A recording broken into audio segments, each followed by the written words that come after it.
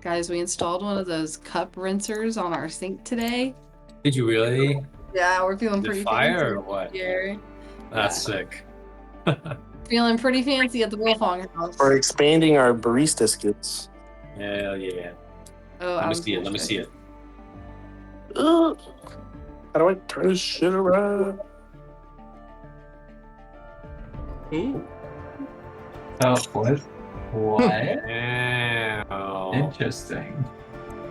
Well, we Fancy, had, fancy. when we moved in, they put a little like filtered water spigot there. Yeah. But guess what? When you build a new house, they don't actually give you the filtration system. It's just the water spigot. Yep.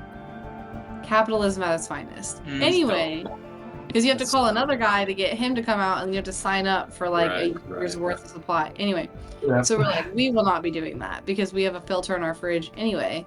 So then we were like, hey, well, we could do like the standard like soap thing where you just like put a little soap dispenser in there and you can do that.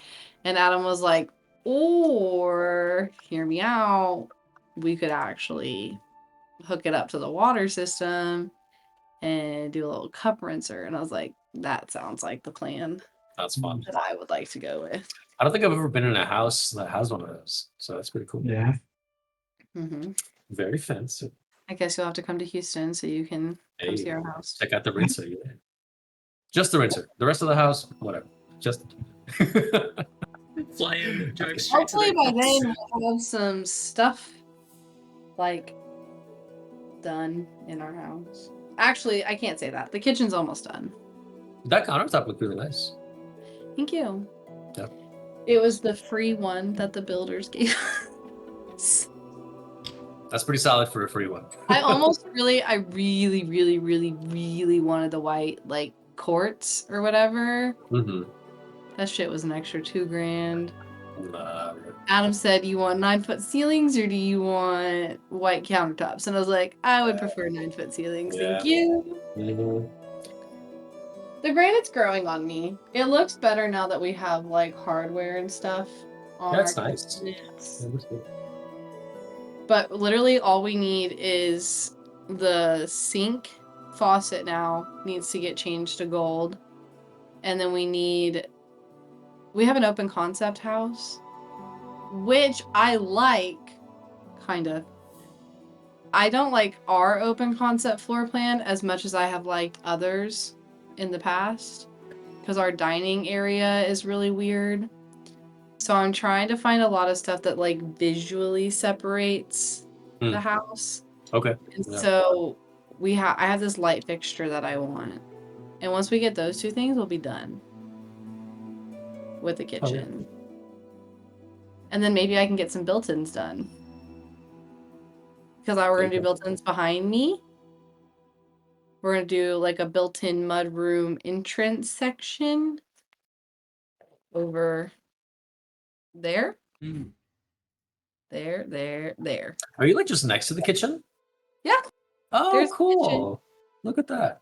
Okay. And then we're going to do French doors on this little... Oh, nice. Yeah. on this thing right here. Yeah, and that turn would be this nice. into an office. So this is... Beautiful.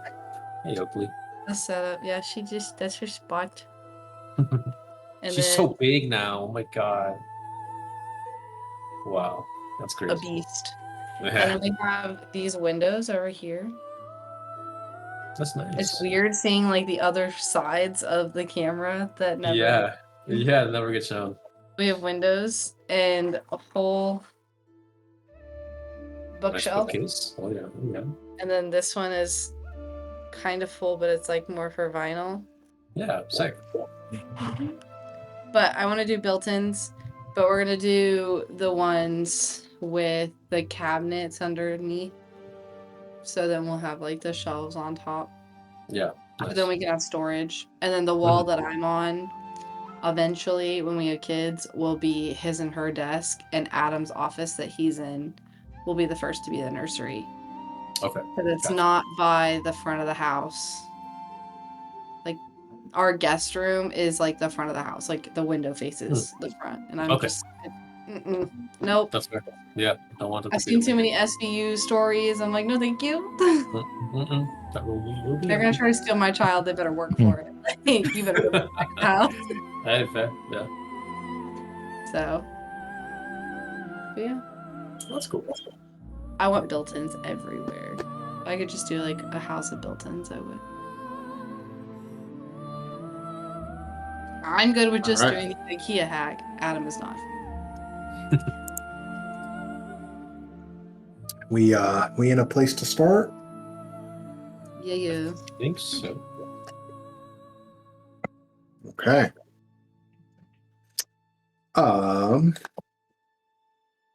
Yeah, I don't have any announcements or anything. So I'll just jump into the character building question. I don't think I've asked this question before.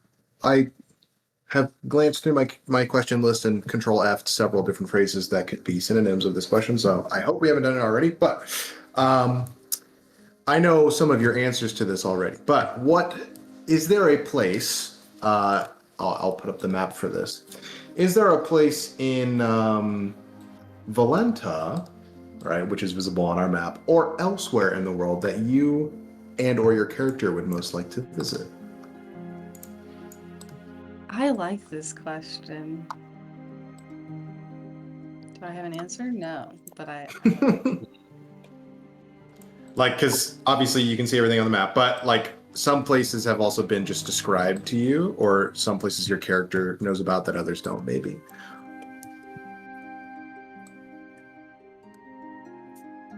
Let's go back to Dreadport.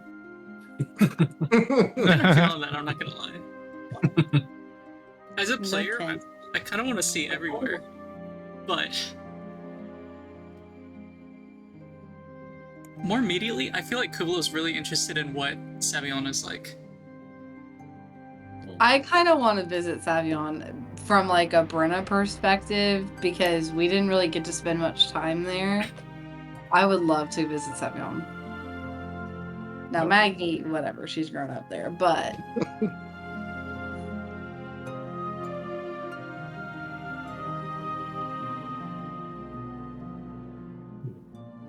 I think obviously there's also the in-between, like the center, like crater. I think that's the most enticing thing for Nico. Yeah.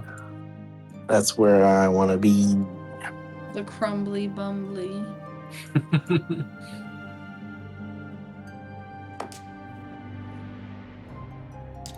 Outside of that, I don't know. There's just so many like interesting little details on this map that I, as a player, want to see. Yeah. I want to get to that jungle, the little like temple. Yeah. I mean, that's a big temple. If that's actual size, that's a big ass temple. It's a like bigger than a city temple. Yeah. Where is Savion on this map? Am I blind? It's not on It's this not map. on this map. It would be like eastward, right? East of the island. It'd be southeast. Southeast. Okay. That's what, okay. I was looking through his photos. I think I'd also want to go to Verona. To see what Blandon's home village is Yeah, like. Oh, we lost Also Ganesh. Wonder what I'm he also thinks. just down to travel Computer anywhere issues. that the characters are from. I think that would be fun. I will say, our session 0, we didn't spend much time in Verona at all, either. We didn't spend any time in Savion. Literally, we like started the session and it was like, you're on a dock, ready to board a boat. And a monk. Bye. And we were like, what? Yeah. Yeah, That's definitely me as the DM being like, yeah, all right, let's go. I don't have to plan all these right now. I was gonna say when you're playing a game early access and they're like, this area is not complete yet. Yep. Yep. I'm like, I got the docks. That's it. That's it. Let's get on the water. Let's get on the Look water. around. Nothing Don't on the ask water me that what we you're can- near. Just get on the damn boat. Yeah, I think, I can't remember exactly, but our session 0, Blended and Kulo went from Verona, either south to the Barrier Wood or northwest to Loria Forest. Or we went... Yeah, you went through the barrier wood. Okay, so yeah, I think we went this way and then crossed south and then went north, kind of like that. I think this is the path that we went, for reasons. which I can't Yeah. remember if we stated those reasons in character, but we were I not don't in think we Verona. have yet. I think we've alluded. I think Kublo alluded to it within like the first 5 sessions, maybe. No. But yeah, where would Blandon want to go? Is there anywhere Well- in particular? That was the Home? character building.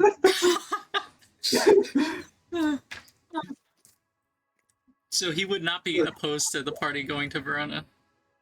No. I feel like Kubla would also be interested in going back now that she's.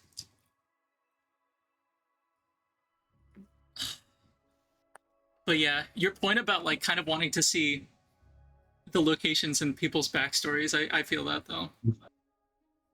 I'm nosy. That's fair. Honestly, I think the one place Kubla doesn't want to go back to is her home village. And instantly you made me want to go to it more. Yeah. As a player, I'd be very interested in going there. As a character, Kubla does not want to go there. People that was like, no thanks. It's fair. It's fair. There is a city that she keeps mentioning, an Elven city in the Feywild, that she would be open to going to, but... And then, of course, immediately, like last session, we found out Margos is a place of interest for her.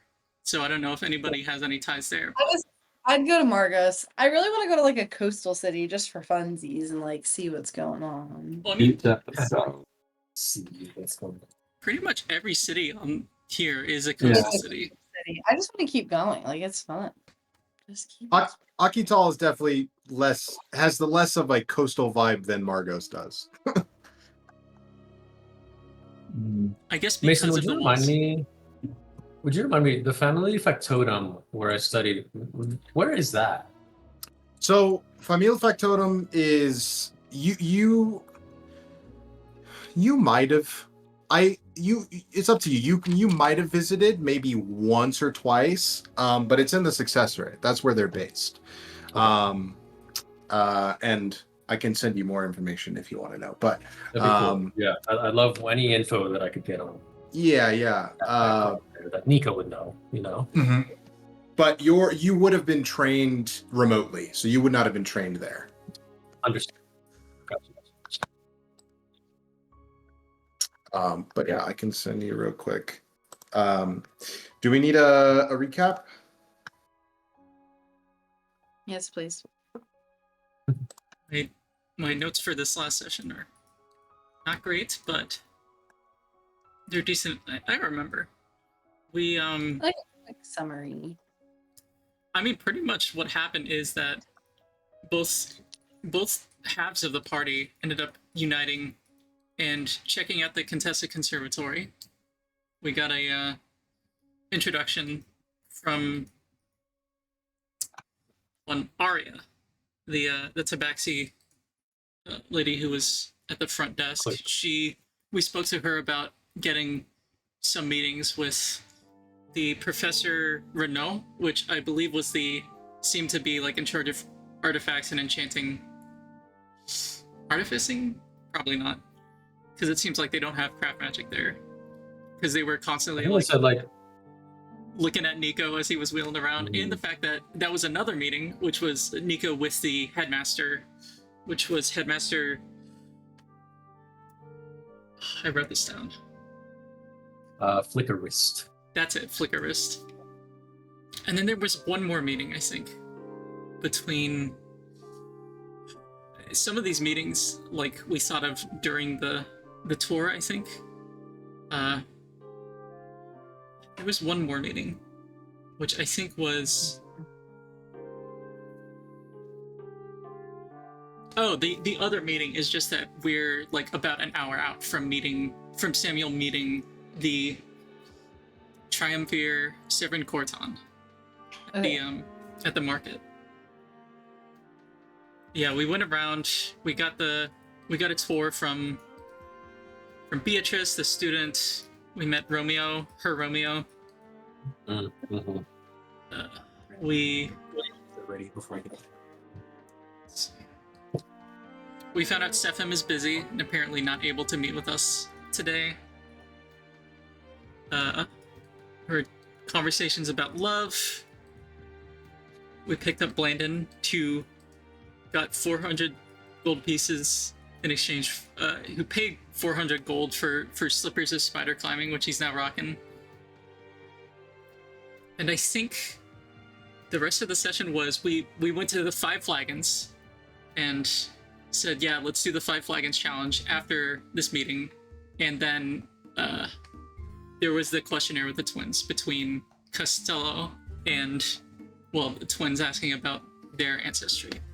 And he concludes they're likely of celestial lineage. I think that was... He thinks we're like Pegasus. Yeah, well, probably not Pegasus, but Pegasi are celestials. All I remember is Maggie was really weirded out by the horses. Was everybody gonna watch together? Oh yeah, watch together. Reminder.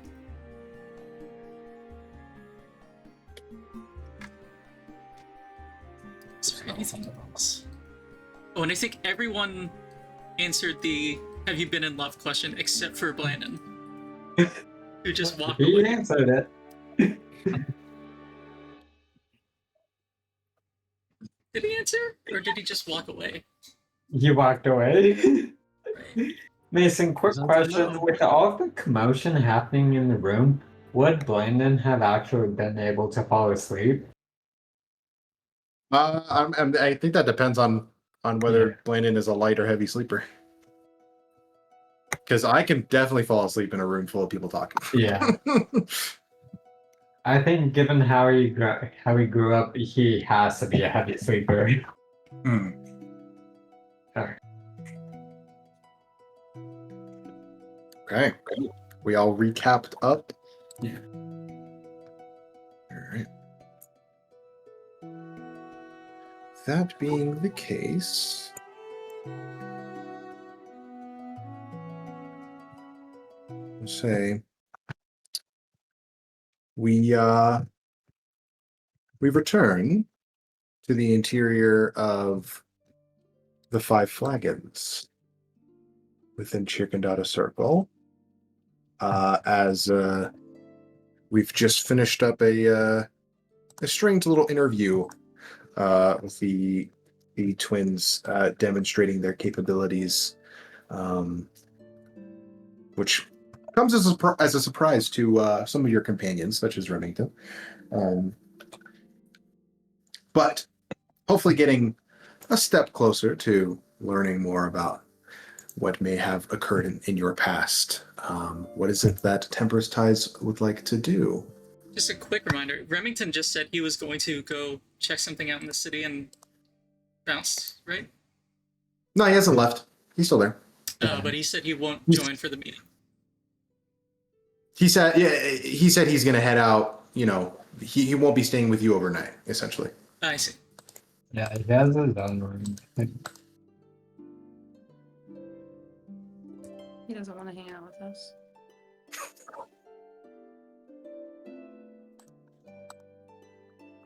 Well, how much time do we have before this meeting with the merchant guild? You got about, at this point, maybe a little less than an hour. We should probably get going. Yeah, lots of time. They say at the same time. That's exactly how it happened. Maggie's like, we should be responsible and be on time. Mr. Samuel, we didn't want to be late. These are your questions and inquiries that you want answered, correct? We have half a day. We what? We have half a day. We have an hour. We have a day. No, One hour, then 1 hour. We got to get going 60 minutes. and counting. 60 days. Okay. How much did you 60 drink? days. Yep, we have 60 days. She tries and looks at him like reverse psychology. Did that work? We should get going. Nice.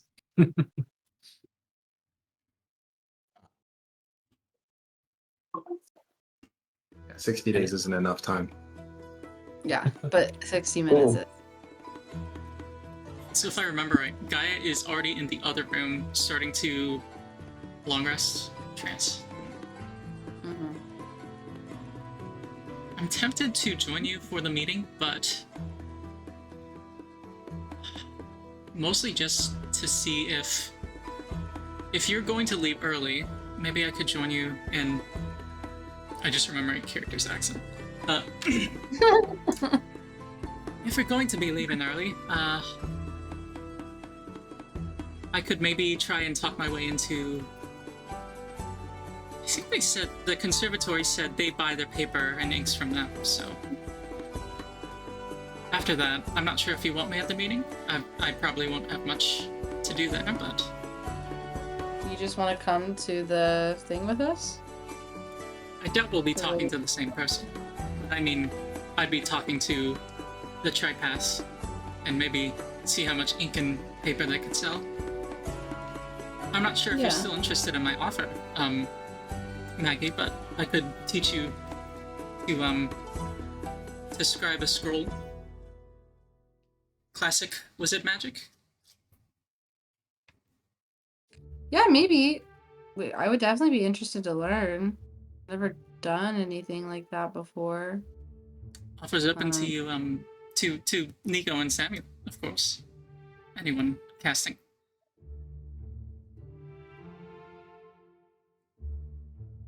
Yeah, I just gotta help Mr. Samuel with this errand, and then maybe after that. Okay, I suppose I can just leave Oberon here in case our party here needs to get in touch with us. That sounds good. Sure, let's go. Yeah, let's get go. Don't want to be late. Please. All right. Okay. I'll leave Oberon. Here on the windowsill, or if there is a windowsill, if not just on the desk. Yeah, there's no sill in here. It's just like the window is flat into the wall, but there is that little shelf that Remington is currently sitting on. That's a little elevated. Okay, I'll have Oberon just sit up there and chill. Okay. As Oberon flies over, Remington just kind of like gets down and kind of moves over. Maybe some kind of instinctual movement there. But just kind of goes, well, it's about time for me to head out as well. Little weird. That was a little weird. Not a fan of birds, Remington? No, not at all. Mm-mm. Not even... Good correction. All right, let's go. Okay, who all is going? Samuel. I think everybody but Gaia and Blandon. Okay. Costello is... Oh, Yeah. gotcha. Costello's still, like, on the floor in the center of the room. He's just like, could someone provide me a better view than this, please? Can I take a solo? Can you say... You can take him, yeah? I'll go and pick him up. Okay, gotcha. Thank you. All right, so just Blandon and Gaia staying behind. Awesome. And Oberon, I guess. Yeah. And Oberon, yes. Okay, fantastic. Awesome. So you all, it's not far because you're already in Shirkandata's circle, and the market takes up a large swath of that circle. So, takes you about maybe like a handful of minutes to walk on over. So you're pretty early. The sun is still in the process of setting, not quite all the way down. And I'll say as you reach the exterior of the Tripath Market Square, you can see through those two triangular archways that there's still a bit of bustle going on in there. Things haven't fully died down. And actually, let me double check. No. Okay, yeah. But you all are with the time you have left, which is like maybe you would guesstimate 40-ish, 30 to 40 minutes before the sun completely sets. You have time to do what you will. You can peruse any stalls within or whatever you'd like to do. I think Kula, you wanted some papers and ink, right? Yeah. I guess Kubla would just be like looking around to see if there is anywhere obvious that robed individuals are going, talking to anyone around the checkpoint area. Yeah. Give me an investigation check.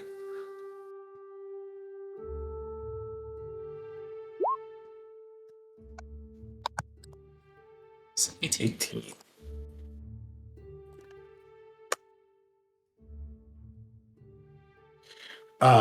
Okay. Fantastic. So, I would say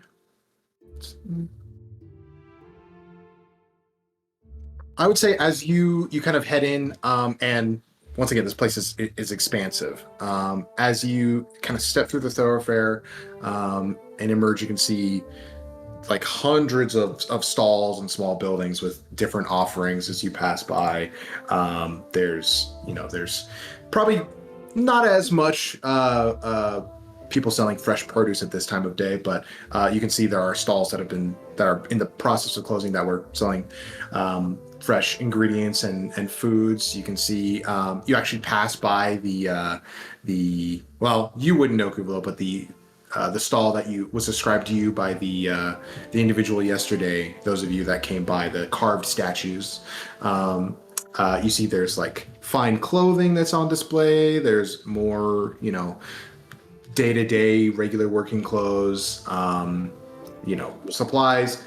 You also pass what appears to be an individual who is shouting, just goes, "Get your illusion cards here, set them on your desk, show them to your friends, collect them all." And you can see there's like a bunch of what looks to be like playing card sized, Spencer, playing card sized like cards, and you can see there are like different images being projected from them, so to speak, right? So there's like little like goblinoids. There's like a unicorn. There's like a wizard casting a spell. All these kinds of little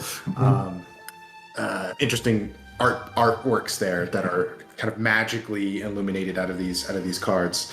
But I'll say you can see as you round the corner of those, you see a handful of robed individuals just kind of like glancing over. It seems like they're finishing looking at some of the cards, and they just kind of turn to each other and just kind of shake their heads and keep walking until you see what appears to be like a relatively large tent that has like, you watch as another robed individual. I would say all of them are probably in light brown, with kind of various colors marking them as students, as you would know now, that seem to be kind of moving in and out of that tent there. Those seem cool. I don't think I've ever seen illusion cards like that. I've never heard of. How big were the illusions that were like popping out of the cards? So some of them were like really small, like think like an LED little like lamp, right? Yeah. Others were slightly bigger, maybe like a foot by a foot, and then there were some that were like larger, like 3 by 3. Life size. Wow. Yeah, there was like 2 at the back that were like life size, like depictions of like celebrities or something. It's pretty cool. Is this a thing here in Valenta? Not that I've seen before. I was gonna say, not that I've heard of. If I wasn't set on spending gold to make scrolls, I definitely would be interested in buying some of those. But we should check out the tent. That's probably the best bet, yeah? Let's do that first, and then if we got a little time, then we can. Yeah, and then also depending on how much money you have left. True. Awesome.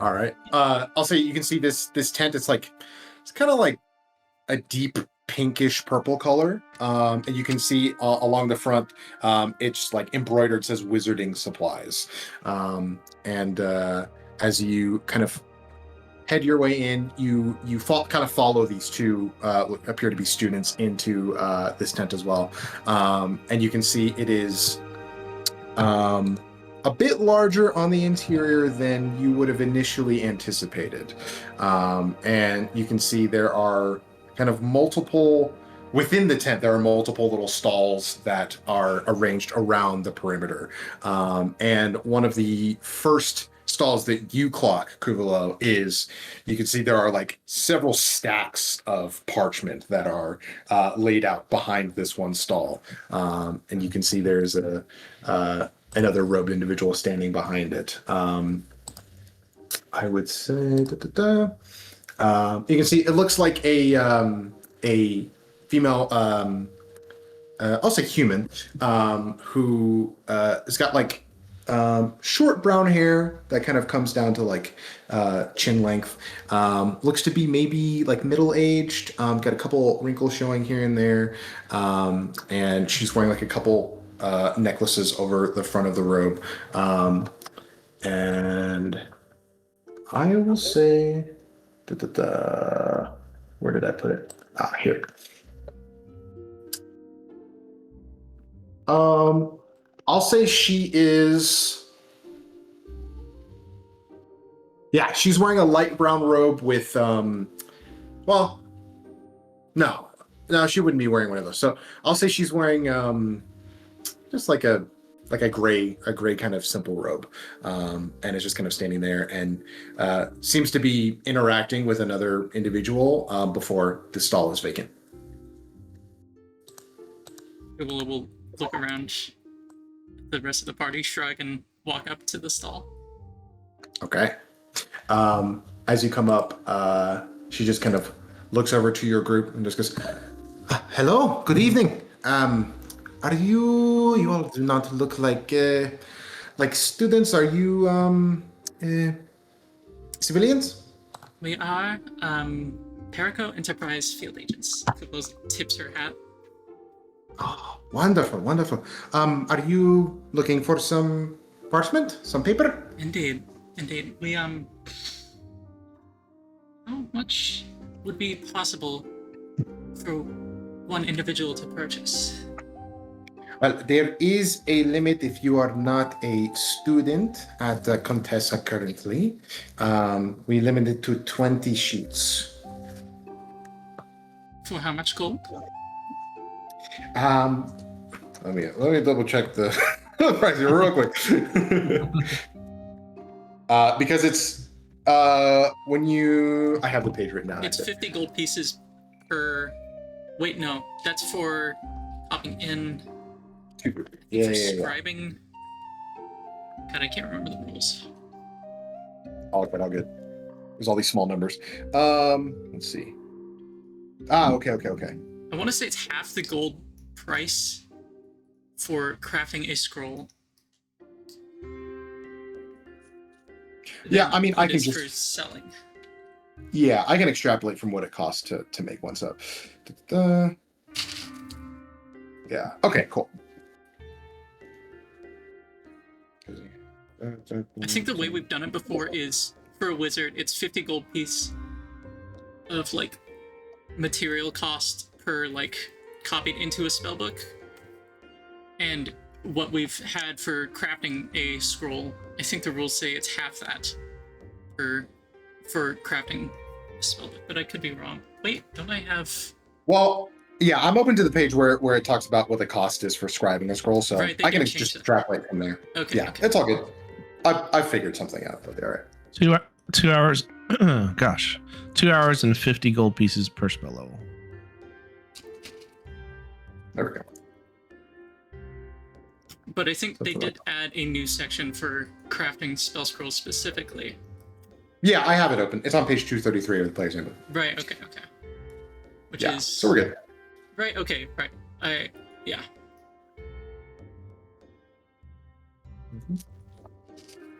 So, Also, she goes, if you want all 20 sheets, it's going to be,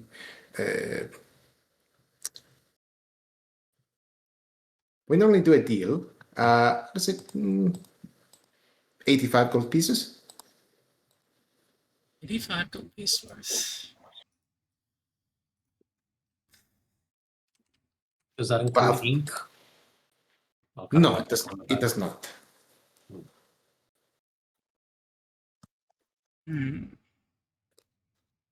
Would you be able to point me to an ink seller as well? Yes, just across the way there. Oh, okay. Not bad. Could I get that many sheets at a discount if I were to inform you that I'm a member of Temper's Tides? Who is that exactly? We're the team that solved the waterway issue here. Well,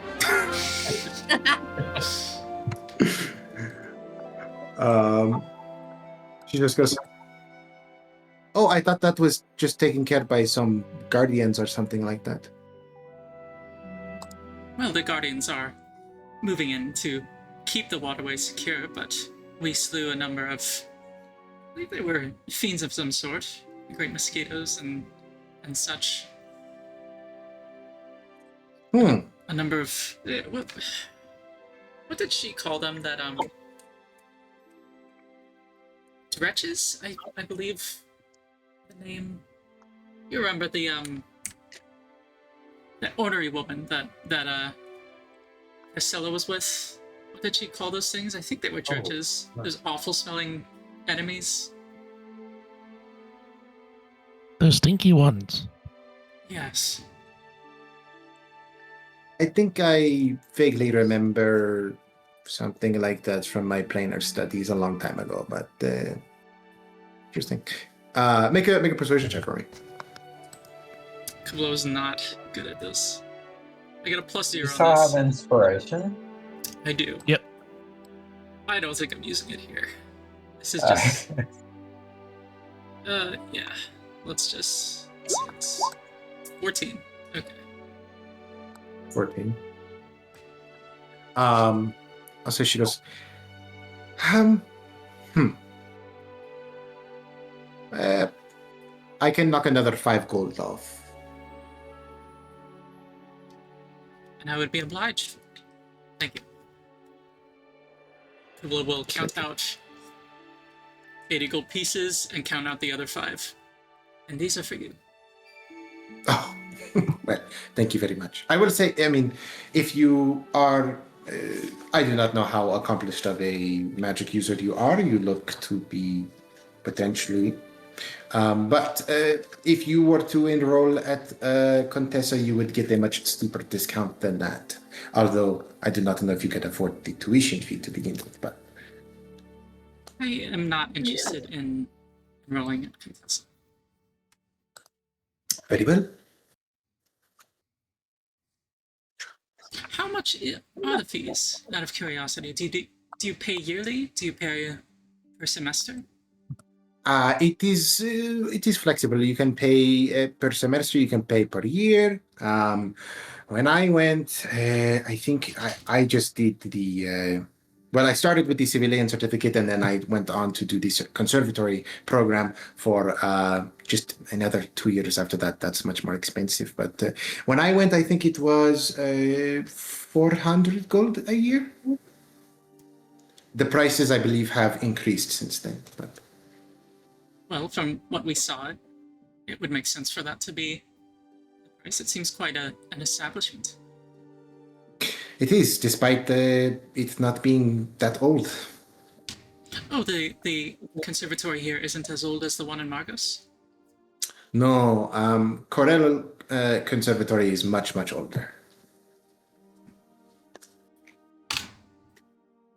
Well, Or rather, Corello Academy. My mistake.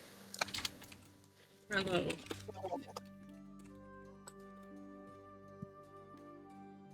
Say, have you heard of a student named Romeo at the conservatory?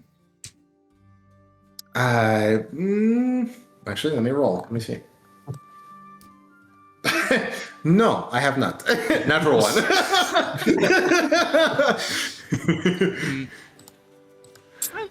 What was I asking? Should I? Oh, it's just that I was going to meddle a bit in someone's affairs. That's all. Thank you I for see. your time. Well, absolutely. There are several students around, so I'm sure somebody knows him. And you said the ink stall just over there? Yes, just across the way there with the older-looking tabaxi. Ah, thank you. And I guess we'll walk over. Kubala's gonna lag behind in a bit and say, okay, I think I'm going to buy 100 gold pieces worth of material, but should be good for at least 4 level 1 scrolls? Hold on. Yes, should be good for 4 level 1 scrolls, which I think should be enough for everyone to try scribing at least one. If you're interested. I mean, I could just Wonderful. scribe them myself, but anyhow. I'll try. Yes. Here, now just the ink. And hopefully the stall is... You said it's in this tent as well? Yes, it is. Yeah. Okay. You can see there's an older tabaxi man, kind of hunched over. He's got like long tufts of like white hair and these kind of like droopy whiskers, and he's wearing like a cap that's like tightly pulled down on his head. You can kind of see the ears peeking out from underneath a little bit, and he just kind of looks over at you all coming over and just goes, "Welcome. You're looking for some ink." Yes. How much would you sell for an individual not in the conservatory? Not at the conservatory. The price is 15 gold pieces per a container. And I suppose I could only buy one? I believe the limit. They're always changing it. It's two containers. Okay. Each one is good for about 5 sheaves. If I could, would you be interested in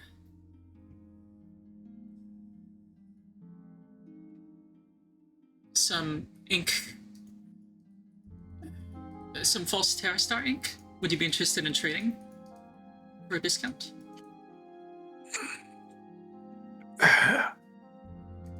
Here, Kulo, we can buy the ink since we're gonna also be using it. I think I can do that. I say that as I have no idea how much. Surely we have 15 gold. And I will say he does lean in and just kind of goes, they advertise it to only work for about five scrolls, but if you know what you're doing, you can stretch it to a 10. Where's my inventory? Sorry guys, I'm doing my nail. How many sheets did you buy? But Oh, 20. 10 and 15 gold. Oh, good shit. Okay. I just go say, thank you kindly. Well, thank you. Yeah.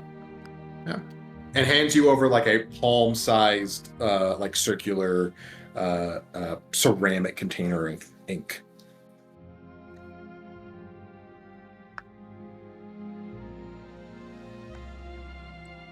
Maggie, do you mind if I hold on to this? I'm already carrying Yeah. around quite a bit of ink. I'll hand it to her. Well, thank you. Let's see. You want to have any more? I could probably buy some more. We don't know when we're gonna be back in town. We could, but I tend to only buy what I plan on immediately using. Anything that'll cover? Well, if we can make this work for at least 4 scrolls, then that should be enough. Okay. Scribing a decent scroll, usually you end up going through more parchment than ink. It takes myself at least, it takes a few, mostly because of the, you have to practice a bit going up to the actual product itself. You'll end with using only one, but it takes more than one. Okay, so we got some drafts first. Yes. I see.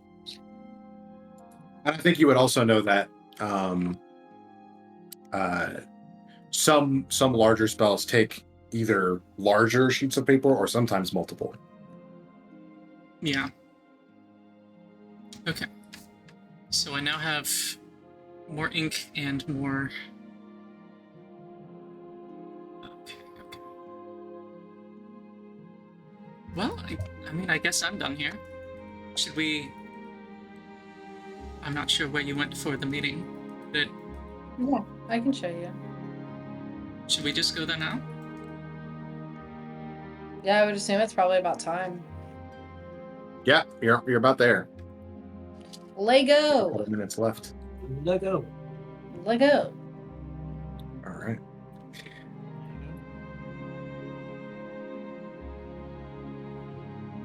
Lego my ego.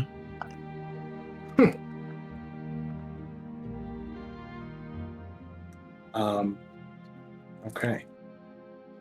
I'll say as you're leaving the where is Costello on your person, Nico? Oh, just on my lap. Just on your lap? Okay. Mhm. Whoa. How did Costello? I'm kidding. When you popped back into the ring, okay. I'm kidding. Sorry, we were having dinner with Grandma. All good. I understand taking Costello. I've been very absent. Man, we have this really cool, like, sentient head rock being thing, but we can never do anything with him because he's always with this fucking flaky ass genie guy. Oh man. I'll say there are I'll say the same two individuals that you kind of followed into this tent on your way out kind of like come up and like towards you, Nico. I'm just like, oh, whoa. Just kind of like looking at your chair and then also seeing Costello just go, wow, where did you get him? Him? I'll point to Costello.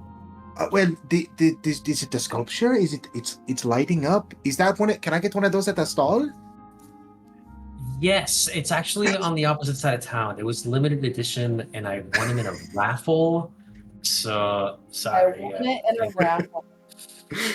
Awesome. Go and give me a deception check.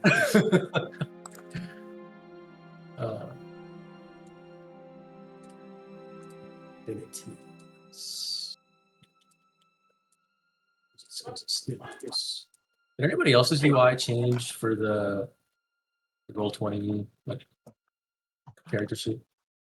A Mine's little just- bit, I think. I don't know, it was just a logic. Okay, deception. Wow.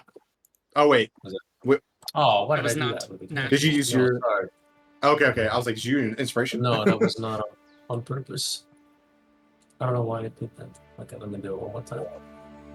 Just a straight roll. Oh, horrible. Oh man. I'll say you can see there's this pale skin, kind of like a shock of brown hair on his head and a couple freckles.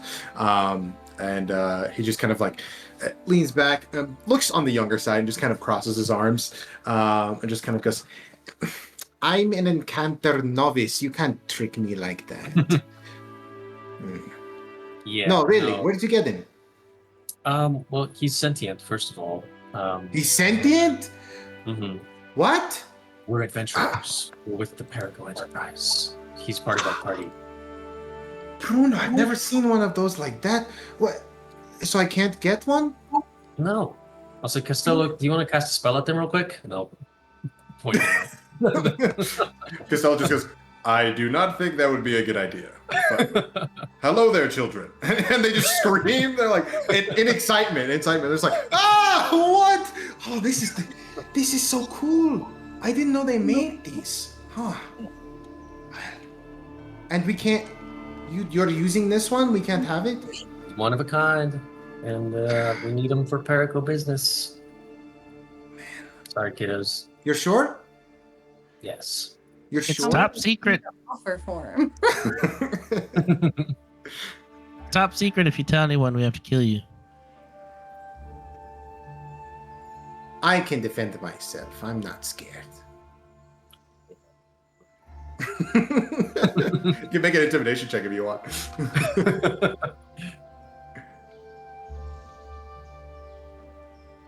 I hope this goes exactly how we want it to go. 13. Oh, man. Just kind of meets your gaze, and then like the longer they look at you, they just kind of like take in more of your visage, and they just kind of back off a little bit. Yeah, cross-eyed. He just goes, okay, well, don't give them to any other students, okay? Because I had first dibs, and they just kind of turn. In school. All right. Do you all know where to go? Yeah, I I'm think so. following. Just back to the like help desk tent we were at, I assume, right? Yeah, you can go there. That was my thought. Okay, so you backtrack back to the very front there, and you can see the individual you saw before, still itching just a little bit, and just kind of like sitting on a small little like rickety bench that's off to the side in that kind of front area. Looks like he's kind of like dozing off. Do any of y'all all go to wake him up? I'll tap his shoulder. Who are you? We're here for a meeting with insert name here because Maggie definitely remembers, but Brenda does not. It's I kind of know it. What is it? Don't do this. Sevryn. Come on, man. Oh, Sevryn yes. Coretan. You are the yes, Triumvir Coretan. You're the people I talked to earlier. And I think the rest of you that I haven't seen, you see this kind of greasy looking fella, kind of black hair that's kind of hanging, kind of sticking to his face a little bit, 5 o'clock shadow, and just kind of like leans over, itching a little bit too much on his rear end, and just kind of goes, all right, follow me so that I can go home and get some sleep. Just Really? Are you unwell? I'm fine. I'm fine. And just starts walking again. All right, I guess we'll follow him. But he takes you through like there's no like paved roads here necessarily, like it's a bunch of just like gravel and like dirt here that in this large courtyard, but he leads you down like a central-ish thoroughfare that kind of leads through a lot of the bulk of this, and you all come to a what looks to be a fairly nondescript rectangular building that you probably would have passed if you hadn't known. The only thing that's marking it are these kind of large tri-path banners hanging on either side of the entrance. And I think you would have seen it in passing a couple times, but you get a very clear look at the tri-path like symbology, which is this like I already forgot the name of it, but it's like a concave, like a triangle with concave sides that are kind of curved. I'll share it with all of you. Oh, I can just show it to you. There we go. Show everyone. Can you see that? Yeah. It looks like that. But you can see it's like this light blue symbol on these like navy banners that are on either side of the entrance there. And I'll say as he just kind of walks up and opens the door, just kind of opens and allows you all entry, just kind of points in. And you can see it opens up into a large central chamber with what looks to be a long counter at the back. Very much like your stereotypical like bank setup, right? With like tellers there. And you can see there is only a single individual behind the counter currently that appears to be like packing up things for the day, and just looks extremely tired. It's like yawning. It's just like packing stuff away. Looks to be like a younger gentleman. But Anton immediately follows you in and begins to walk down a hallway. I'm just going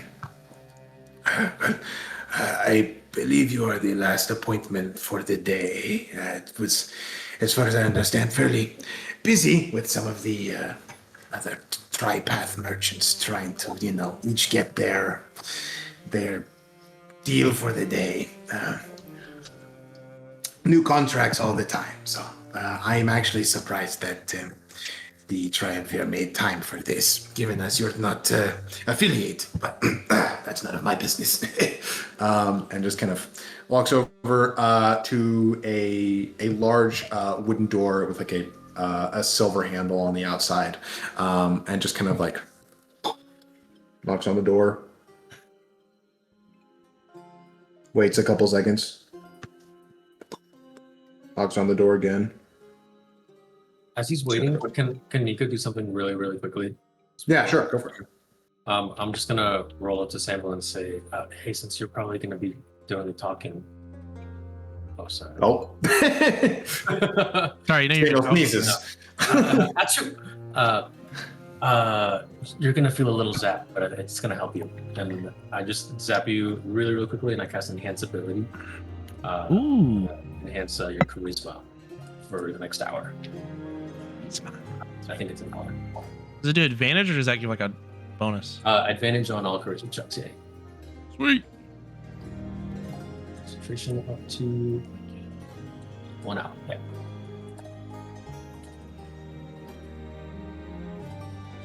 Okay, that's all. All right. So as you cast that spell, I'll say Anton, after the next knock, takes a couple more seconds, and then just opens the door, and it swings open. And you all, he once again just kind of like moves out of the way and allows you all to walk in. Just goes, come on in. Thank you. I'll just is he gonna follow us in or not really? You can wait and see. You all file in. Yeah. Okay, you all file in, and he goes to close the door. Can I, like, right before he closes the door, can I just reach out and like pat him on the shoulder and be like, "Thank you very much. Best of luck." And I'm gonna do 5-point lay on hands and cure disease. Cure disease. Okay. Give me an insight check real quick. Clearly has like crabs or some shit. I don't. Oh no. Boy's got an STD. He's got something wrong with him. That's for sure. You said best of luck. Here we go. 2. Okay. Oh no, that you rolled investigation. Roll insight. Roll insight. Wait, really? Dude, my roll 20 is like Is it weird? being really slow. I swear I hit.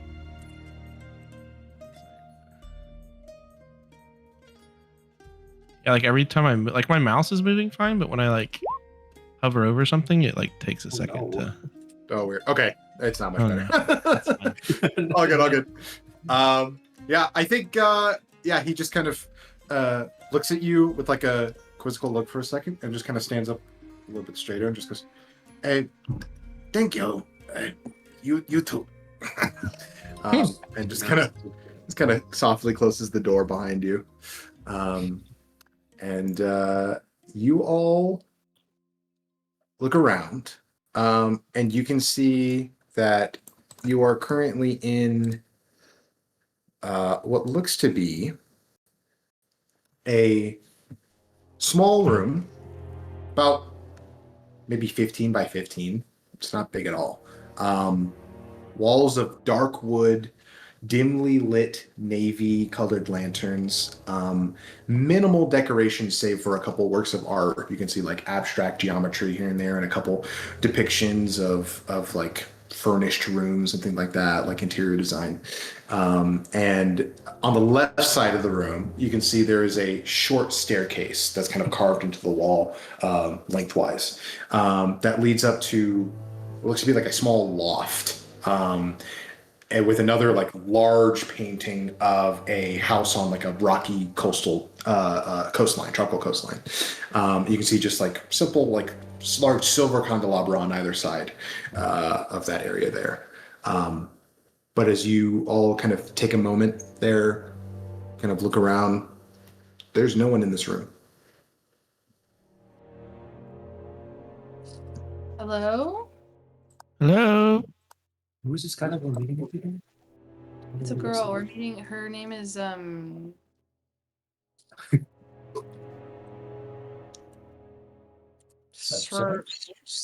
Yeah. I was like, I can see it. It starts with an S. Coretan. 7. Oh, this was How's the lighting in here? It's dim, not very bright in here. Can I light my staff? At this point, Vitruvius will pop out of the ring. Okay. So unfortunately, Gaia is back at the Then never mind. but you can still pop out, but you're with Gaia and well, I'll say Gaia's trancing on the ground and Blandon's like passed out in the corner. There's two people passed out in the room with you. You look like as your trance is interrupted, Gaia. But we can jump back to that scene in a second. But as you all look around, right, the vacant room. What are you all doing? Sammy, you light up your staff. Do I sense anything within 10 feet of me that I can't see? You do not. How tall is the ceiling? All in all, it's probably about 15, 16 feet or so. It's pretty high to account for the loft as well. Novice. You said High Chairman Seven gave you this thing, yeah? Yeah. Can I just start kind of venturing in towards? Is there like a desk or a?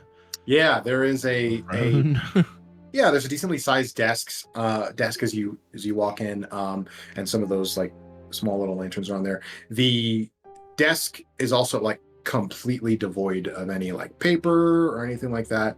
Everyone give me investigation checks here, or anyone who would like to. And I'll say investigation or perception. Yeah, we'll do that. That's fine. Investigation or perception? Yeah. What is my perception? No.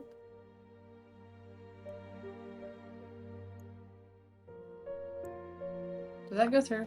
Yep. Yeah, it did. Yeah. Usually Okay, it was cool. gonna go, like, and it didn't do that, so I was checking. Very, very high rolls here. Fantastic. Are any of those natural 20s? I rolled a 19. No, that's a natural Yeah. 19. Both 19. Natural 19. Wow, 2 19s.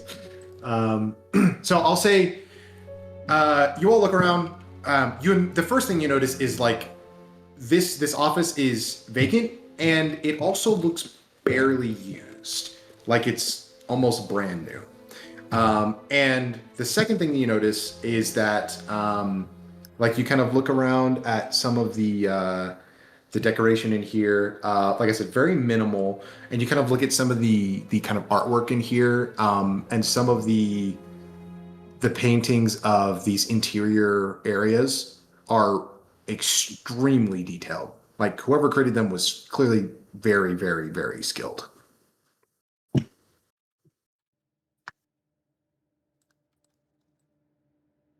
Hello. Are there any paintings with like a humanoid, kind of like that's more prominent, like a portrait or anything like that? No, not at all. There are no humanoids depicted in here.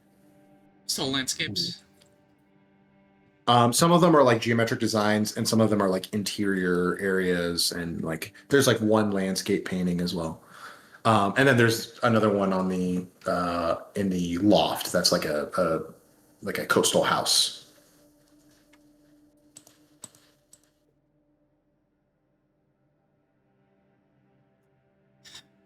Kinda rude to not greet your guests.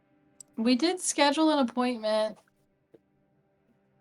Under her breast, Kubala will whisper to the party. You know, back home, if you try to meet with Archfey, they often I've heard stories of them leaving guests waiting for up to a week. A week. I don't think this person's an archfey. We don't really have that kind of time. What doesn't somebody go up and check the left? I'll go. Oh, sure. I'll say Costello speaks up. Actually, no, Costello was with you when you had the previous when you asked to see Sevryn Coretan, right? Yeah. I Yeah. believe so. Okay. Yeah. Okay, gotcha. Yeah, Maggie, you go up? Yeah. Okay, awesome. You roll a 24 investigation. I'll say you, as you look around there, as you get up there, there is, and I will say there was a couple like seats available in front of the desk and stuff like that. You can see the loft up here has like a long couch on one end and like a kind of like a coffee table next to it. And other than that, there's like a large area rug there, and then just like the painting on the wall with the two candelabra next to it. But I think what you see with a 24, I think you notice a small little area that's right on the edge of the rug, right next to where the painting is, that has like just these subtle little scuff marks that show like the only bit of sign of real use that you see in this whole room. Like scuff marks on the floor or On the floor, on the rug. as if like the shelf were to be pulled out or something like that. You're not sure. It's just like these little marks that they look like the kind of thing that could have been done by like someone like dragging their feet or dragging something across the rug, and it kind of like disturbed the surface. It's like a little not ripped, but like the texture is disturbed. Can I pick up the like corner of the rug? Yeah. You And gotta just, like- lift it up. You gotta lift it up. You see the floor beneath, which is like that same dark wood. I don't see like a latch door or anything like that. No, not currently. I do a divinity divine sense. Sure. Yeah. Remind me what that allows you to sense for. 60 feet for celestial fae fiend undead. Celestial Fae Fiend Undead. There are none in the vicinity. Objects or places that have been consecrated or desecrated. Oh, wait. Finish that description? Or objects or places that have been consecrated or desecrated. No. Okay, worth a shot. Can I like Samuel's eyes are like glowing for the next. How long does it last? 10 minutes. Mhm.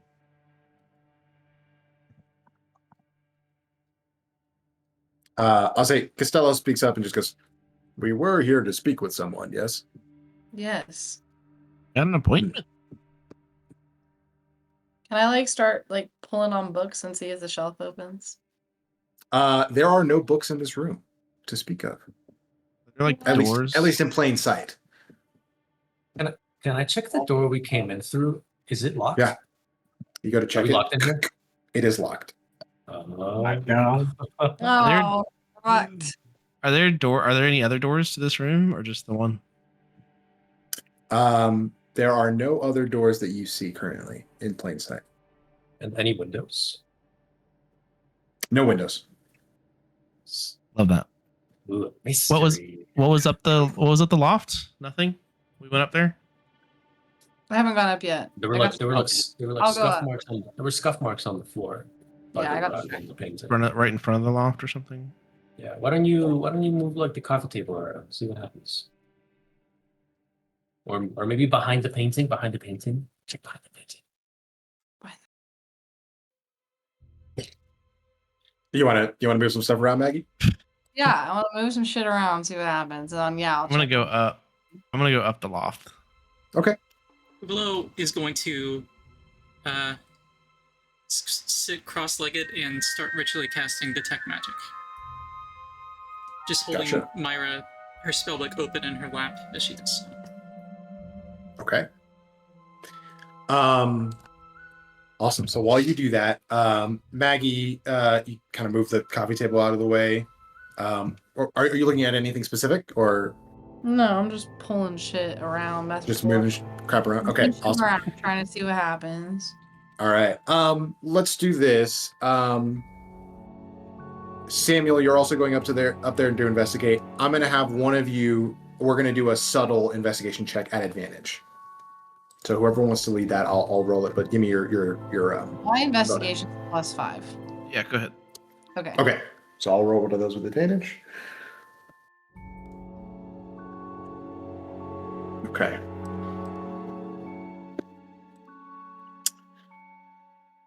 Samuel, I think you get up there and you see the same kind of setup that Maggie saw up there, the rug, the couch, the table, the painting. And I think you similarly look at it and see that this painting is also extremely detailed. And I think you also see that same little scuff mark there. And I think you also look. Give me an Arcana check real quick. And actually, sorry, I'll roll it subtly for you. So, what was your bonus for Arcana? Come Me on, or Samuel? Samuel. What's your bonus for Arcana? It's not. It's not loading. yeah. I might be able to look. My character page is currently like completely blurry. Oh no. Okay. Hold on. Let me see if I can load it. Are we about to step in the scene? I mean, my intelligence I think is +1, so Okay. Oh, I finally got it. Yeah, int +1. So yeah. Okay. Yeah. Let me roll this. what's happening? I think you look at the edge of this painting and like really, really small, like there's a pattern, like, you know, those like really fancy like frames that have like you know, like a spiral pattern, or like, filigree, all this kind of fancy carving. I think you just barely see within some of these flourishes of the frame, there are little arcane symbols. Like walk up and like touch the painting. You touch it, feels like canvas. Even if I like, not hard, but just like apply a little bit of pressure. Apply a little bit of pressure, doesn't budge. Feels like canvas. What about the frame itself? Frame stuff, you touch it, feels like cool metal. Can I pull it on it like a door? You want to pull on it? Yeah, you go and pull on it. Which side do you pull from? I guess isn't there like a scuff that was on the ground in front of it? In front of it, yeah. That, I guess the side, it's only on one side, yeah, kind of. It's kind of like strangely right in the center, like right, Oh, yeah, right in the center of where this painting takes up. I guess up or like, So you want to grab the bottom and try and pull up? yeah, I guess so. Okay. Poor choice. Make a strength check for me. Oh my Rip gosh. this Okay, here we up. go. It loaded now. Literally just like trashing the place. Fine, you don't want to meet with us? Fuck you. It's not me out here. Fireball. I think you also in this moment get the sense, like from the amount of disuse of this room, you also get the sense that most people, if this had ever happened to anyone else, Most people don't bother. Not us. Is it working for you? Does that work? Oh yeah, Did it I see it.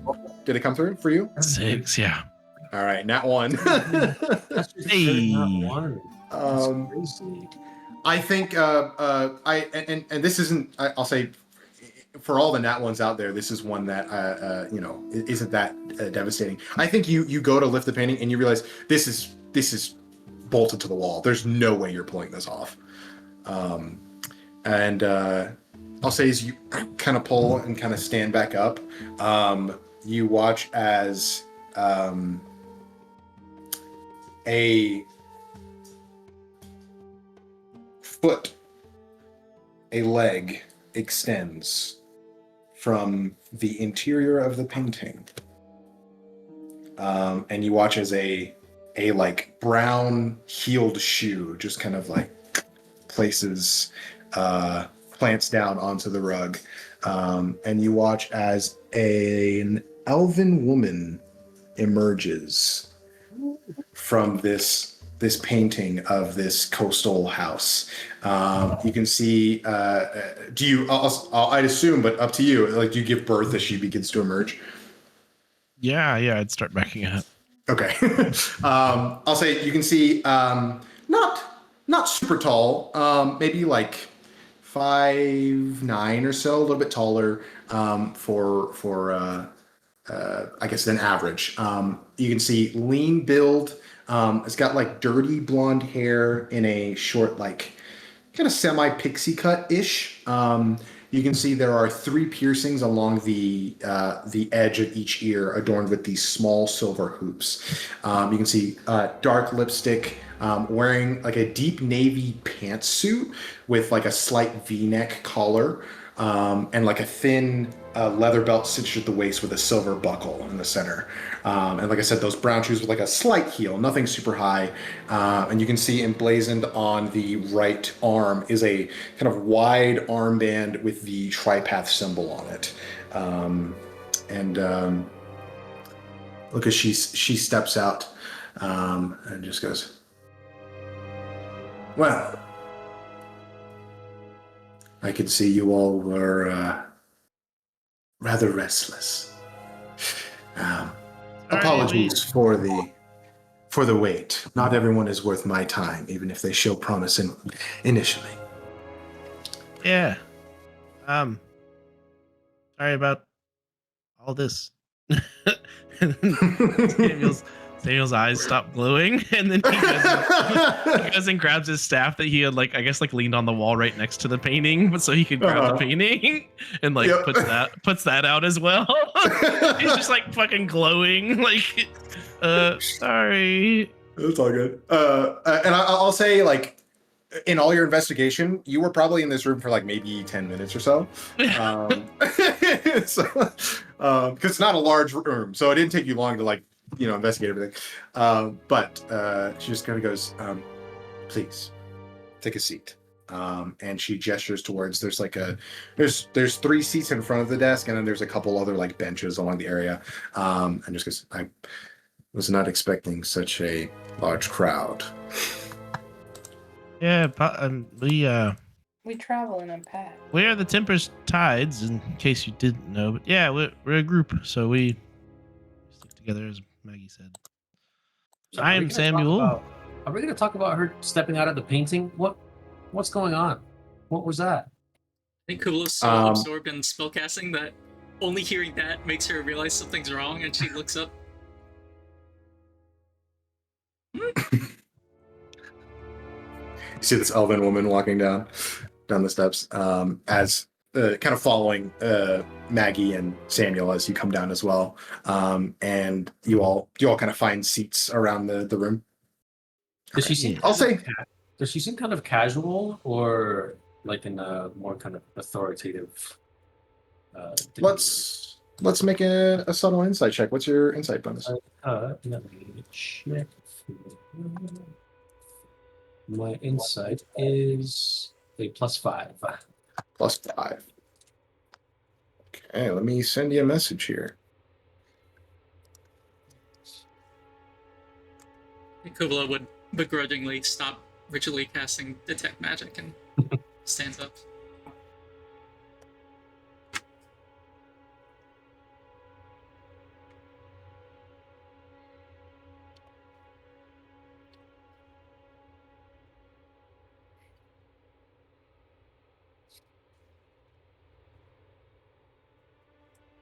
And you were remind me, Daniel, what you were asking to see.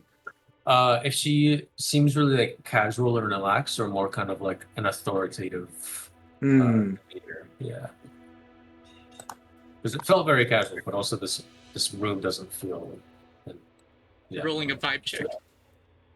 Vibe check. Yeah, exactly. How safe do I feel with this person?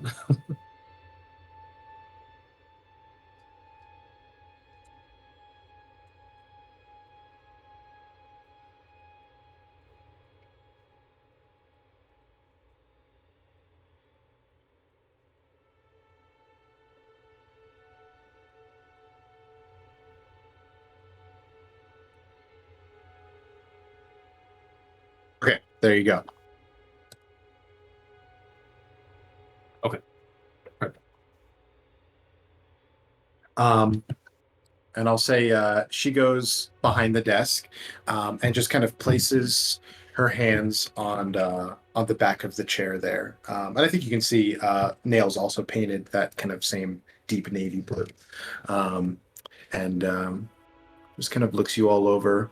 I guess doesn't answer your question, Nico, about the painting at all. Just completely ignores it. And just goes, let's get down to business, shall we?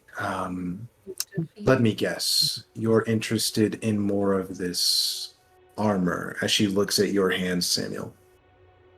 Yeah, I guess straight to the point. Where did this come from? And have you found more pieces? Well, we are in the heart of a mercantile courtyard, are we not? What kind of trade are you willing to make with me? Do you have deep pockets? You work for Perico Enterprise. Do you have any dirt on Perry Perico or the Fellows of Fortune Trading Company? What can you offer me? I can offer you anything you desire.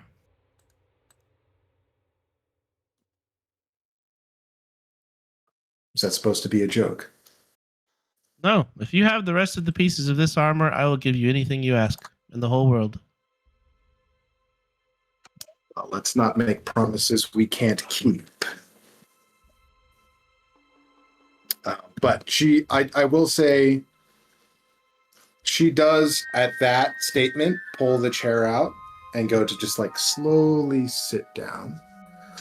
She just kind of rests her chin in her hands, or on her hand.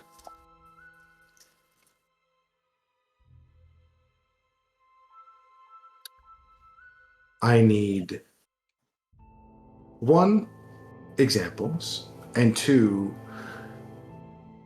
some kind of promise of what you can provide.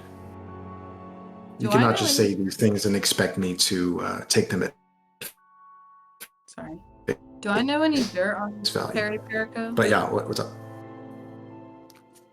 Like, you can certainly try. It's a high DC because you don't know, like you've studied, but it's hard to get that kind of info.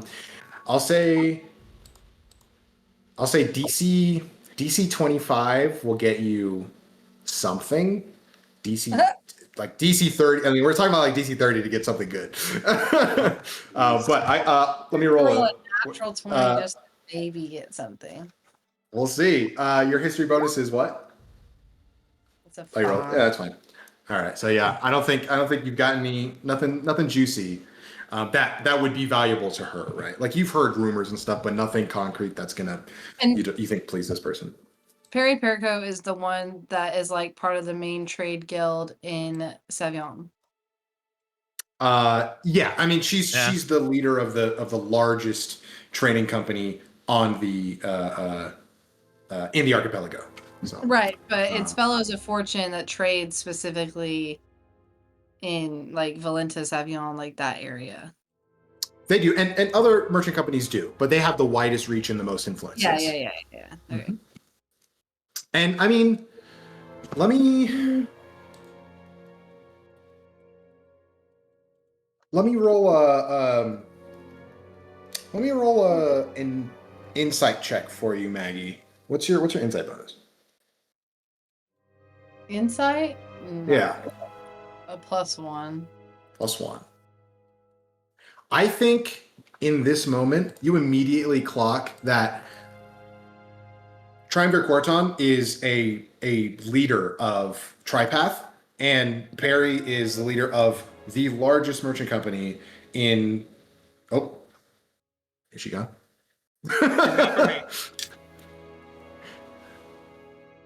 Sure, what happened? Adam, is she gone from the house? She just Just disappeared. Spontaneous disapparition.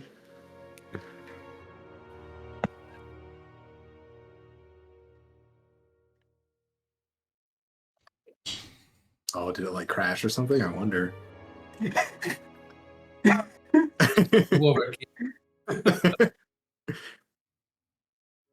Okay, her computer had to update randomly, but go ahead. Oh, awesome. Okay, can y'all both hear me right now? Yeah. Okay, cool. I think in this moment, Maggie, you in your experience with speaking with this isn't nobility, but speaking with people in high positions with authority, and people who know what they want, right? I think you pick up on a little hint of envy from her, and she's been very clear with what she wants, and I think she has it out for that top spot.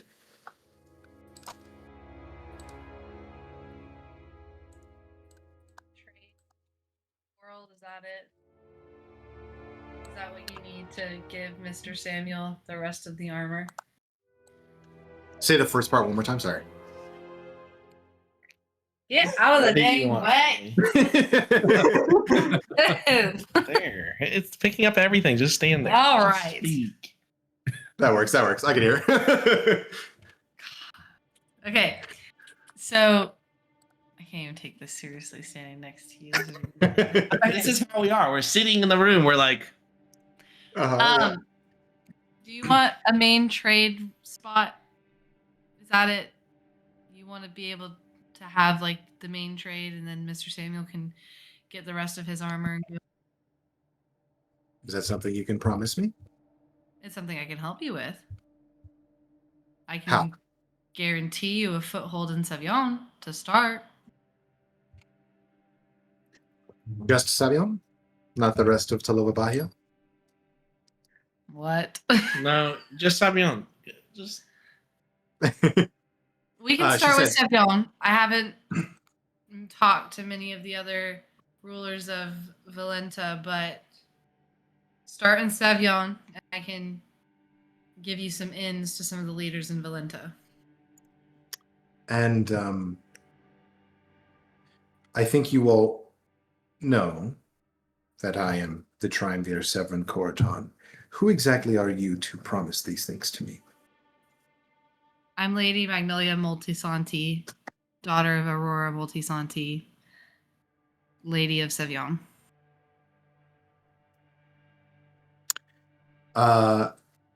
Let's do a persuasion check here with that information.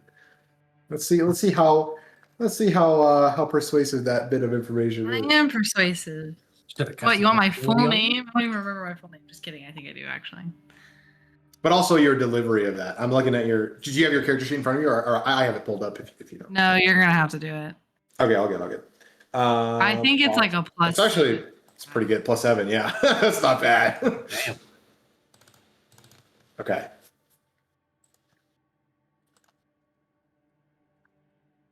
Okay. I think.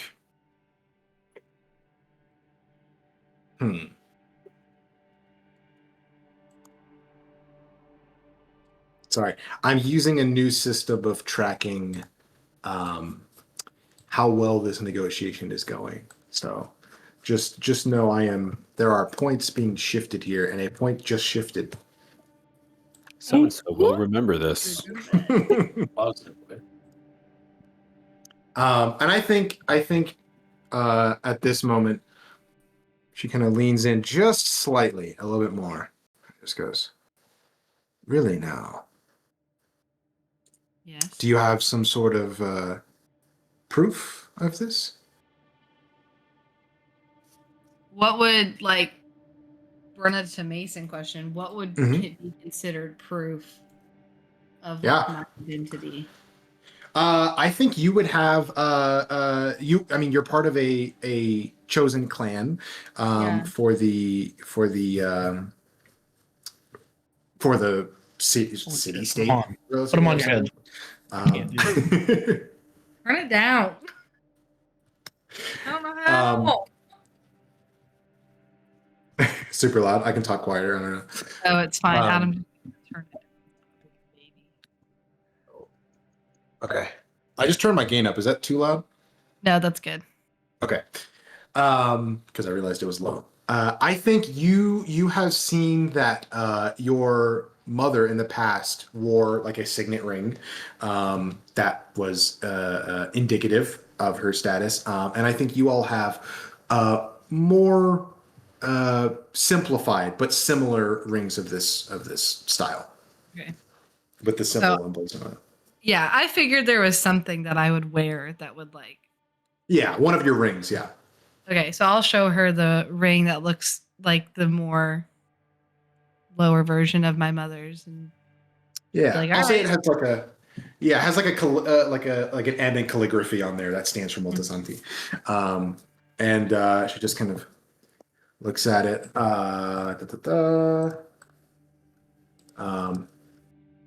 Kind of. Do you hand her the ring, or do you just put your hand up? No, I'm not handing her my fucking ring. Absolutely not. All good. Just asking for details here. I think she grabs onto your finger a little more forcefully than is tasteful, and just kind of looks. I feel like a proper gamer boy right now. Sorry.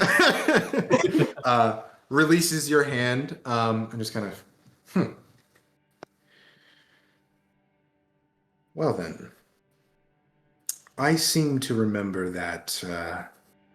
Your Lady Premier, presumably, you said your mother, is MIA currently. Are you the sitting authority?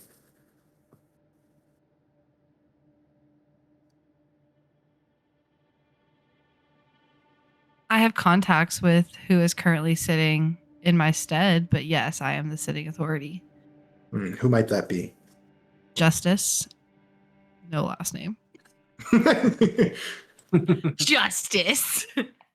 Metaphorically and for real.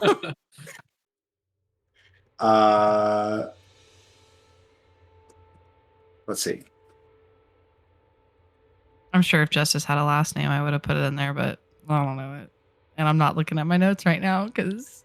Oh, I don't think we came up with one, so I'm going to go. We're freeballing this. We're collaborative storytelling. Justice will. Justice will prevail. No, I'm kidding. What'd you say? I said justice will fall. Is this an announcement? Okay. No.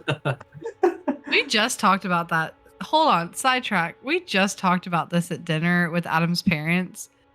Like the amount of things that we'll say and people will be like, is that an announcement? And we're like, no. Oh my God. Actually, I don't think Justice has a last name, so just Justice would be. Justice. Would work. So you were right the first time, Brenna. Justice, no last Yeah, name. yeah. No, I don't think she would have one. So yeah, awesome. And I think the Triumvir continues. Just goes, and what is your relationship to this Justice? She is the right hand to my mother, and she's trained me in all political affairs as well as my mother. She is a second mother and a mentor. So you know her rather well then. Yes. Let's be specific. Are you promising to divest from the Fellows of Fortune? Not right away. I won't interrupt Sevion trade simply for you to try and improve your business, but I'm promising you a foothold and a prominent one. What you do with it is up to you.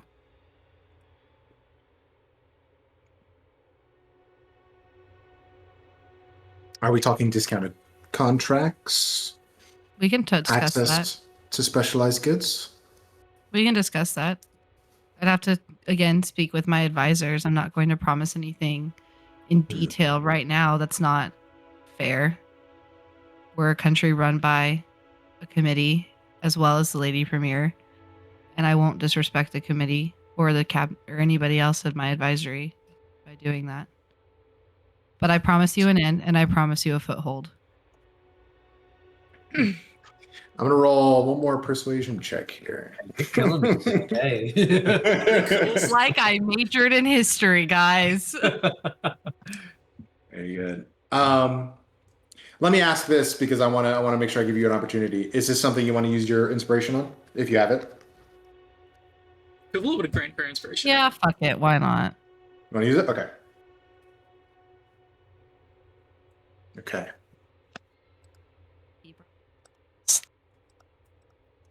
I think she goes. She leans back a little bit from leaning forward and crosses her arms. She just goes, "Very well. We will continue our discussion going forward. This being a promise for the future. But for the information that I can provide now, I am in need of payment now of some sort. What else can you provide?" Kind of looks at the rest of you all.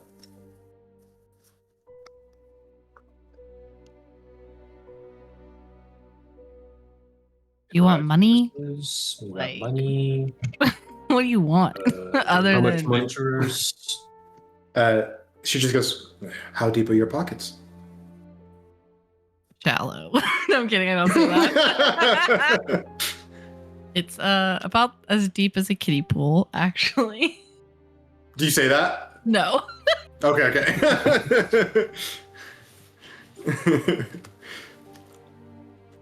And I think you are all. I mean, I think I'm role playing it decently, but I think you're all picking up on the very like serious, no nonsense vibe here. Like she is not here to joke. She's here to do business, and that is it. Just FYI, for the party's knowledge, Samuel's pockets are very deep. Samuel's pockets are deep. Currently looking at them right now. I think no matter how much gold any of us have, I think like Kuvula would like. What?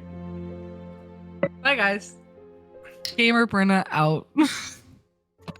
Kuvula's been standing in the saying? back and kind of like trying to read. Honestly, I feel like she feels like she has enough of an understanding of Sevryn. She's mostly trying to read Nico's reaction to how Maggie has been acting, because Kuvula herself is rather impressed and is not hiding that. I would also see, or you would see a bit of that same reaction from Nico. Doesn't see this side of Maggie often. We can give it a second if Brenna needs to go get back the computer going again. It's back on. Like she just has to like log back on. Okay. Kuvula would yeah. step forward and beg your pardon. I am. She does her formal elven bow. Hello, Scriven of Nabu. Could my associates and I discuss payment in private for a moment?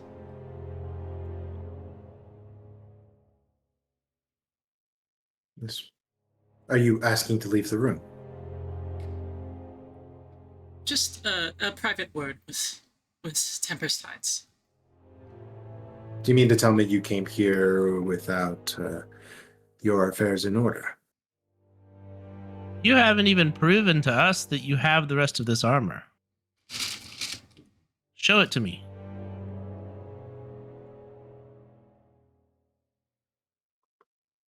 I do not remember saying that I had the armor. Then what are we doing here? We're done with this. Very well. You can leave as soon as you wish. Do you want to waste our time, or do you want to prove that you have what we want? Let me be very clear here.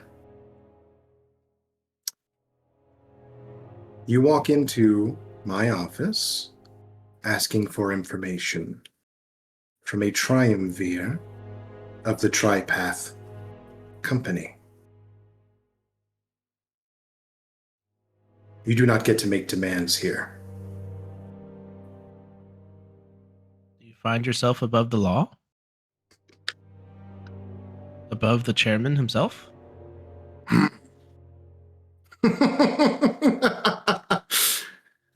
The chairman be damned.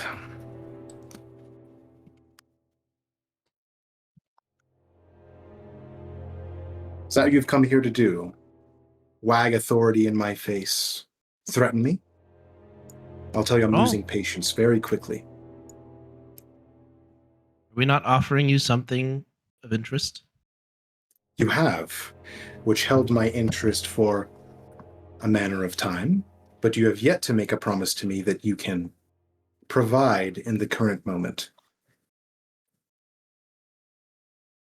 We've asked, we've told you what we want, and we've told you what we could provide. You're asking for proof of what we can provide. I want proof of what you can provide. She kind of gestures around, just goes, is my position not proof enough of the information I have access to? Not at all. I'm not asking for any armor. I'm asking for one specific set of armor in the entire world. Then let me ask this. How do you know that I even had the armor to begin with? Because of this, and I summon a fucking sword and shield with the gauntlets that I have on. Okay. She just stands there and just goes, and what is this supposed to prove? These are one of a kind. There is no other like them. There's a full set that goes with it. I don't think you understand my question. It is clear to me that the chairman has been very loose-lipped and has let you know that I was the one who supplied him with the very gauntlets that you are wearing. So, I am here to confirm that that is correct information. Is that enough to dispel your worry?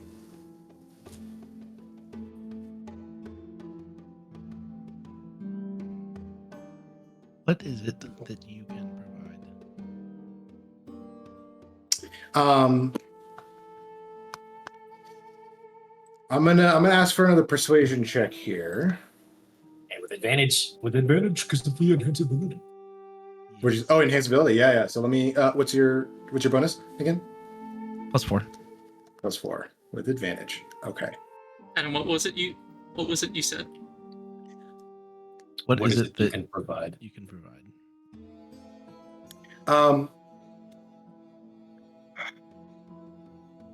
He takes a deep sigh and just goes, actually, other than the gauntlets, Samuel's not wearing any sorry, what's the word? Prominent symbols of RK, is he? He doesn't keep it super obvious, but he does have like a amulet of RK tied to the like chain belt around his waist. Okay. Like a face down, right? Like it probably would be seen, I guess. Yeah. It's like it's all like corroded and tarnished and worn and shit. But I think she, like I said, she sighs and just looks, narrows her eyes, and just goes, those gauntlets, they are emblazoned with the mark of RK. Are you religious? How familiar are you with the Order of RK? know everything there is to know, probably. Which is true. And she just goes, I have information on suspicious movements from them as of late that may be tied to a similar piece of historical attire.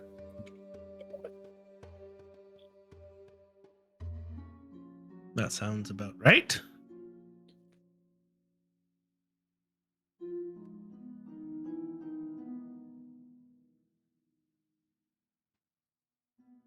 Very well. I am no longer in the loop, as it might be. But fair enough. And I think she just kind of points one nail at the sword and just goes, "Now, please. There's no need for that." Fair enough. Make them go.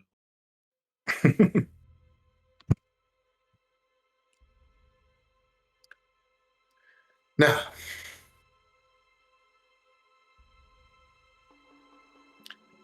I'll give you one last chance. What can be provided in the current moment?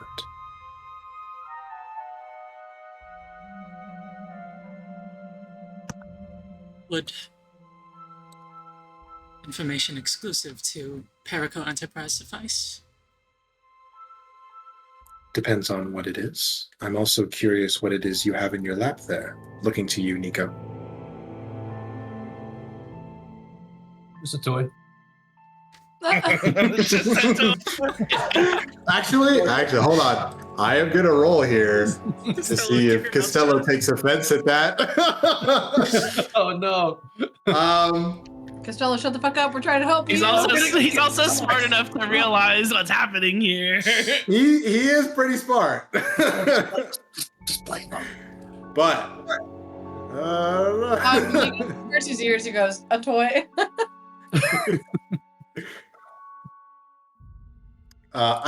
he'll stay silent for now. We'll see.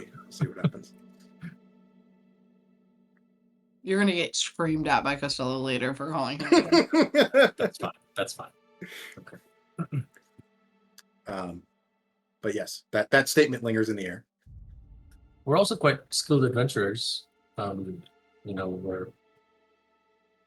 happy to take care of any problems you might have. If there's anything in the city you'd like to get done,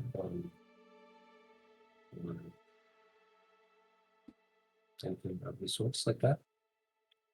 Unless you specifically just want money, which I guess we could give you a fair bit of gold. And Kubelos Money is lips always helpful. would quirk. Nico, I believe that a Triumvir of the Merchant's Guild is less interested in the amount of gold that we have than the services or information we can offer. Well, that's why I offered that first. But I have no coin, but I offer many gifts. Very well. How about this? How about a potentially untapped market? Unknown riches, unknown minerals and resources. If you find yourself above the government or the individuals running this city,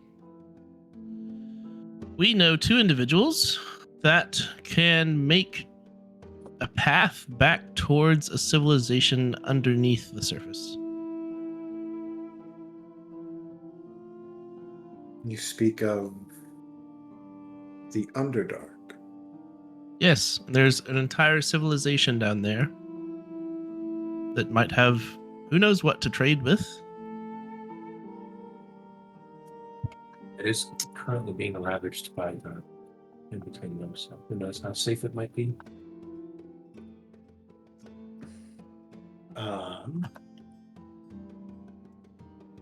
Interesting. So, sorry, say what you said again, Nico. Oh, I said it is currently being ravaged by in between, so who knows how safe it might be. I don't know if they're in a position to trade.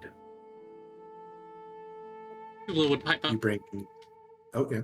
Arguably, Nico, that would make them even more willing to trade. How desperate they Dangerous are. trade is worth more. I guess what I mean to say is we don't know the state of their civilization as of now. We don't know what's left of it. Untold riches. I think she kind of furrows her brow for a moment there, and just goes, "What you say about dangerous times is not untrue, but I would be hesitant to put my confidence in the safety of such contracts made, with the literal shifting of the earth being a problem. But what information do you have through Perico that might be of interest?" I was gonna look at the rest of the party and see if they seem approving of her saying anything. And speaks. Yeah. What knowledge we bring is as yet unreported even to the High Chairman of Akitàl.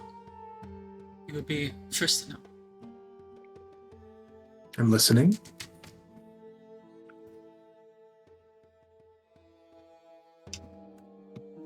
The missions we go on, we have gone on, we report to none but our supervisor, Overseer Augusti, and those we do tasks for.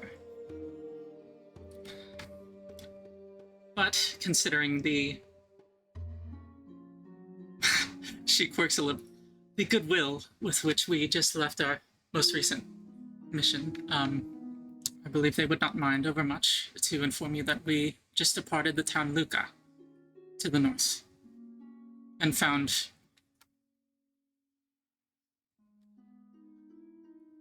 the in-between, which we call the Great Crumbly Bumbly, is emerging even to the north of Akitàl. And below this city as well, we discovered its swelling in the waterways here. Did you now? That very much is not public knowledge. That knowledge is known to, I believe, Guardian General Caracas, and the High Chairman himself knows, naturally, as he is the one that contracted us. Naturally, you're not hearing this from me. But it's true. The town Luca to the north, we slew a great number of spiders, which we had come to find, emerged from a rift in the north to a plain in the abyss. Information there, we also learned the whole mess with the waterways also likely emerged from the abyss. The abyss, if not a plane from Oblivion itself. One of the planes of Oblivion, I could speculate on a number of sources. Nonetheless, the times are dire. Indeed.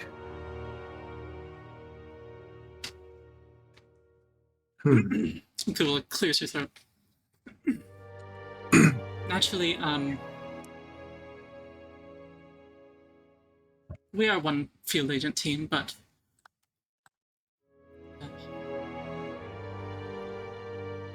we have come to find out recently that we are essential in the organization. Whatever mission we may perform for you would likely not be necessarily performed immediately, as we are busy of late. Well, I think the information you've provided can serve some use to me. Let me ask you something. How willing would you be to seek out internal information on Perico herself, given your position within her organization? You've stated yourself as a prized group amongst their ranks. I can only assume. I've heard she tends to be rather hands-on from time to time with her. What do they call you? Field agent teams. Field agent teams. She pays visits from time to time. How about you do some digging for me?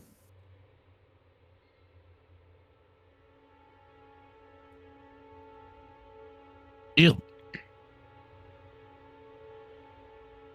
And we'll call it even.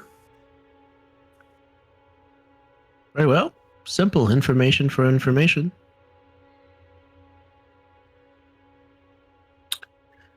Very well.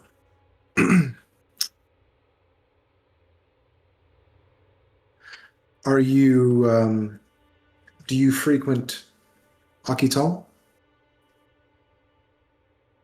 Lately, yeah. I mean, everything keeps sending us east It's not too far of from the my in-between, place. so Although, given the information you have just shared with me, I'm not certain Akitàl will be here for much longer.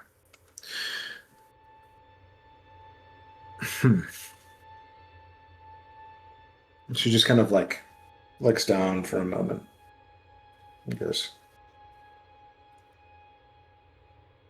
here. And grabs, picks up what looks to be a,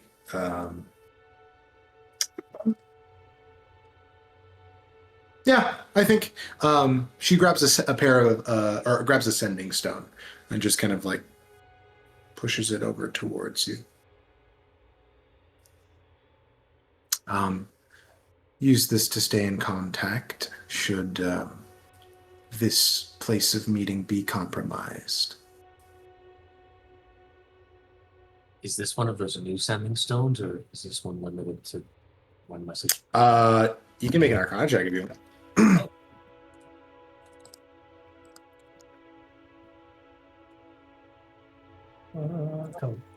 or were you just straight up asking her? Because I feel like Nico would. Oh, you can ask if you want. I kind of was, but I guess just looking at it, I just rolled an 11, so I probably 11. It looks pretty similar to the one you have. You're not sure. I'll also ask out loud. Is this one of those new ones? I feel like Nico totally would. Like, oh, Yeah. that's freaking cool. She appears to a look of disgust comes onto her face at the excitement that you show. And Magical. yeah, this is yeah. I think you already kind of realized, but especially in this moment, you are realizing that everything Anton said is absolutely correct. She is not very nice at all. And just kind of, it is not. Disappointing. Could I get a vibe check of my own? At this point, having discussed things, based on how she's reacted to things, how...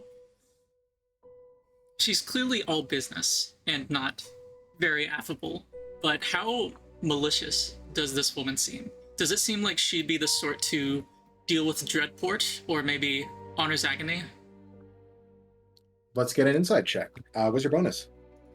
I got a whopping +0, but I am willing to spend inspiration on this. Okay.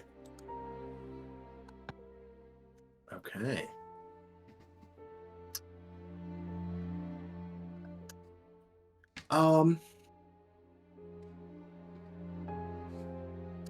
I think, you know what, let me whisper it to you. Actually, no, there's no point. There's no reason to. I think in this moment, like over the course of the conversation, this is someone you can tell is. I think you're picking up on the fact that this is someone who is very power hungry, Ambitious, and ruthless has businesswoman. ambitious. Absolutely, you get the sense that you have no evidence that she has done anything, other than her station, presents. But this is someone that would be willing to do whatever it takes.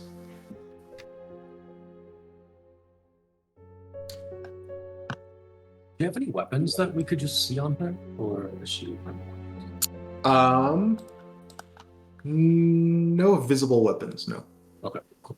And if I remember correctly, based on what Samuel's explained, based on what we learned in Dreadport, it's been a while, but Dreadport has like connections with Akitàl from what we've heard. Like, or at the very least, they've made some sort of arrangement with the League of Valenta, right?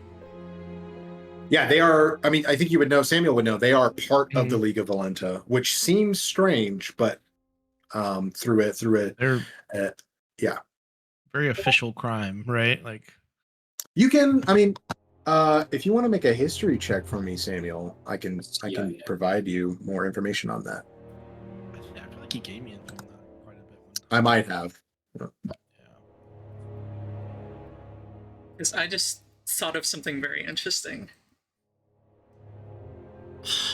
Man, if she just let us whisper amongst ourselves for a moment, but she's not going to let us, is she? Nah, he's not gonna let you do that. 10. Okay. Yeah. I think it's not like hidden history. I think you vaguely know that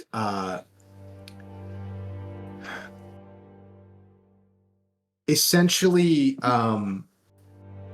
well, actually, I think you would have a basic idea of the agreement. There are you would know there are representatives that have been placed in Dreadport that are members of the league, or like representatives of the league, that are there for like direct communication and enforcement of their agreed upon measures. And I think you would also know as part of those measures, they have trading contracts set up where there's like select goods that they trade with the league's seat of assembly, Akitàl specifically. And I think some you know that sometimes pirates will do specific jobs for the league. I think that's about all you get. Okay. I would have shared, like, I feel like I would have, in our time leaving Dreadport, would have shared that level of information at some point.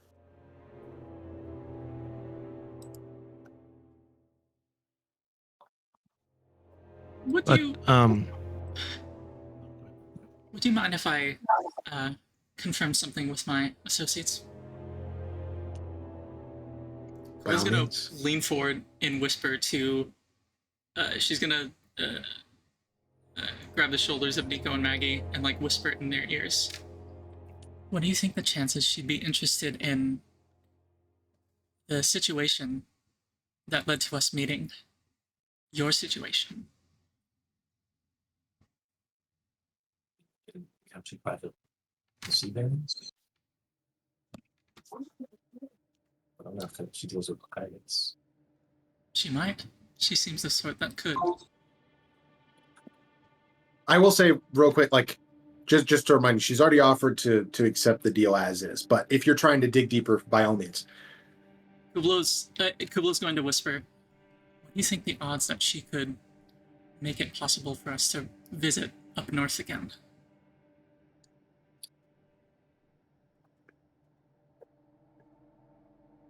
Seems maybe likely. We could. But maybe really we're wanna- later. Maybe the- baby steps. Very, yeah. That's fair. I feel like we'll be in contact If with we her. offer her everything right now, we won't have anything to offer her later. That's true. Okay. See, this is why I asked you, because Good thinking. cool subject. Very well. We have a deal. Very Take well. the sending stone and just be like, testing. 1, 2, 3, 4, 5, 6, 7, So, 8. the information you see. You can tell she's on a knife's edge right now as you start to do that. The sending sounds, does they play out on the other end, like, out loud? No, it's like in the your, head of the person holding the Like a stone, boy's right? tale? Oh, damn. Samuel doesn't know that. And then once he gets to 24, he's like waiting for it to come out on the other end. Oh my god. She sighs again and just goes, very well. The information you seek. I have received word from reputable sources that the Order of Arche has been on the move as of late, which has not been a very frequent event since they lost Miran. The word is that some of the Knights of the Round are preparing to brave the Umber Grove. They believe something of great importance is lying in wait there. And if I am to understand correctly, it seems there has been some sort of portent from a divine source.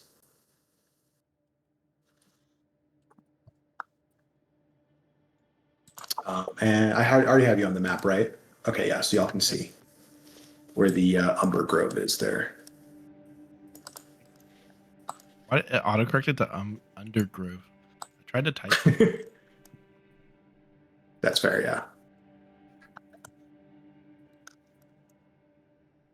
And you said the Knights of the Round? The Knights of the Round, yes. Okay. I know. These are, I mean, and yeah, I'll say, Samuel, you very familiar. Okay. These are, I mean, just like basically, these are the soldiers of the Order of Arche. They are paladins in service to Arche.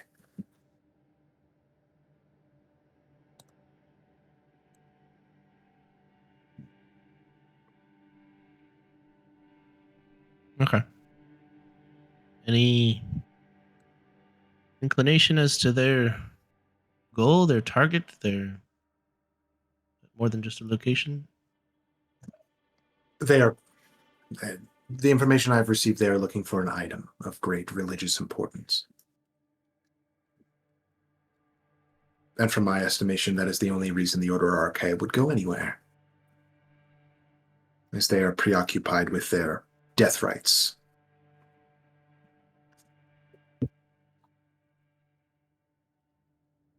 That or sightings of undead.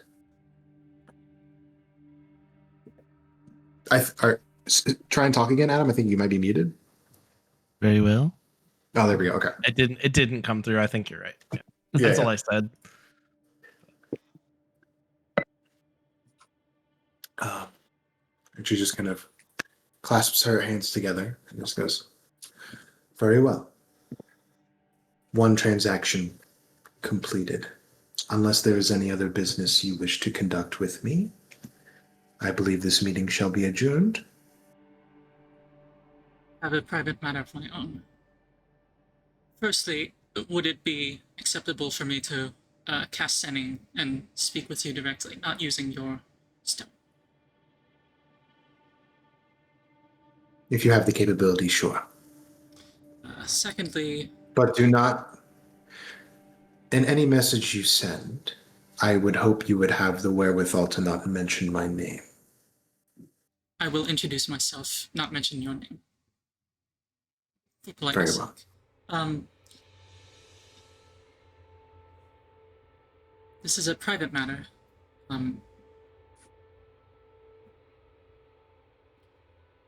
I have personal business with an elven mage who I hear graduated from the academy at Margos some 100 years ago.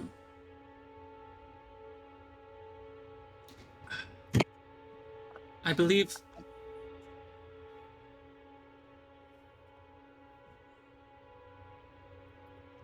Kula looks torn and actually seems to like halt herself from continuing, and pulls open her robe a bit and looks down at the glowing image of Myra to look for whether she gets a nod or shake of head, whether she should continue.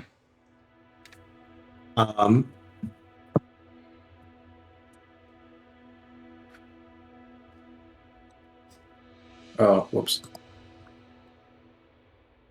I think Myra, in this moment, shakes her head no.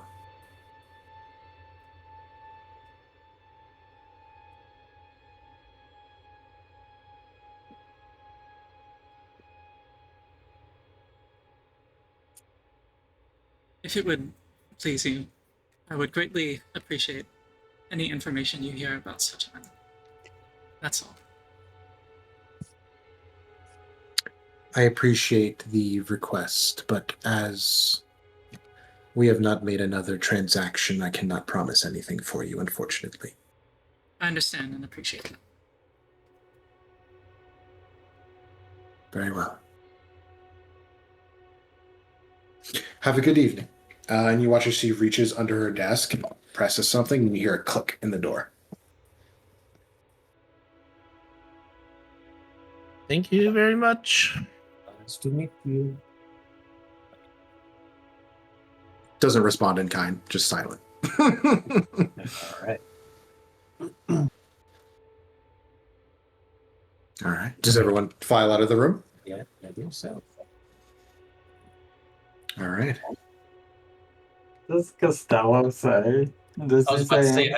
as soon as the door closes, hello, I'm so sorry. You know I am not a toy. No, I am I don't so think much so. more. so much more. But I just don't want I understand why you said it, but it still hurt. Yeah. I'm sorry. Thank you for playing it. I just don't. She seems very, hungry for information power. I don't know. Oh, I liked her even less than who I was traveling with before. Yikes. Yeah, she was pretty bad. Yeah, she kind of sucked Yeah. before the door closes. Oh, man. I wonder what she was before. What was up with that painting? She didn't say anything. So like a portal to dimension or just It's quite possible. I'm not. I think we should sneak in. No, I'm just kidding. Maggie, congratulations, and fairies above. That was impressive. You certainly knew how to talk to the woman. Well, it's what I've been trained to do my entire life, so.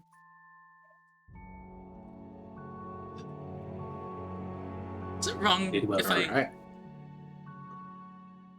I think as they're all like leaving the tent, Kula would just like be shaking her head. I think I like her, and that somewhat worries me. I probably shouldn't like her as much as I do. She's a little scary. Yeah, that's all I'll say.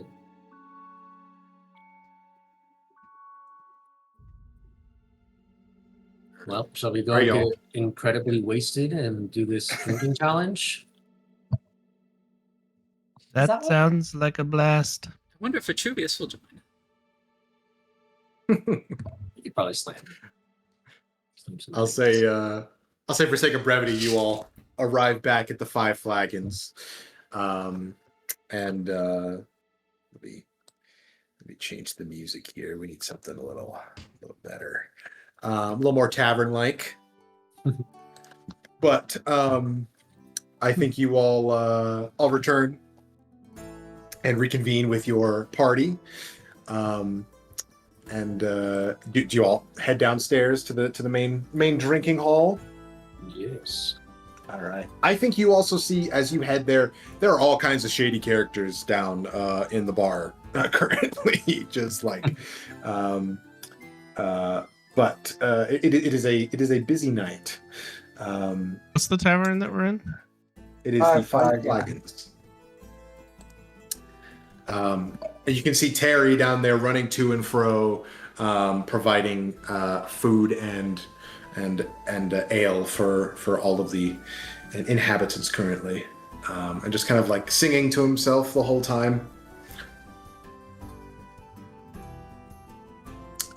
And I'll say he kind of swings by your table, just goes, I'm not the, I'll say, Rose, you're not the only one who forgets what people's accents are, because I watched the last session back and I completely changed this guy's voice halfway through the interaction. So I'm gonna attempt to correct it now. But he just goes, well, I seem to recall that 2 or 3 of you were interested in doing our 5 Flagons challenge, yes? Of course. We may have another. Should we check up in the rooms to see if Vitruvius has emerged from the ring? Yeah, I guess. Yeah. Go I get think him. he would really enjoy a drinking challenge. Who was gonna hop up and check? I guess check. Were they both in the same room, Gaia and Blandon? Can't remember actually. I think so. Yeah, they are there. She'll check the room. Let's see. It was like maybe an hour or so. So, Guy, you're still mid-trance. Are you just going to continue your trance? Yeah. Okay. As you open the door, Vitruvius is like lounging like this, floating through the air, reading a book with his glasses down like this, just Perfect. Awesome. I think under her breath, so as not to wake either of the two, she just mutters, "Damn, I wish I could do that. Vitruvius, want to get drunk?"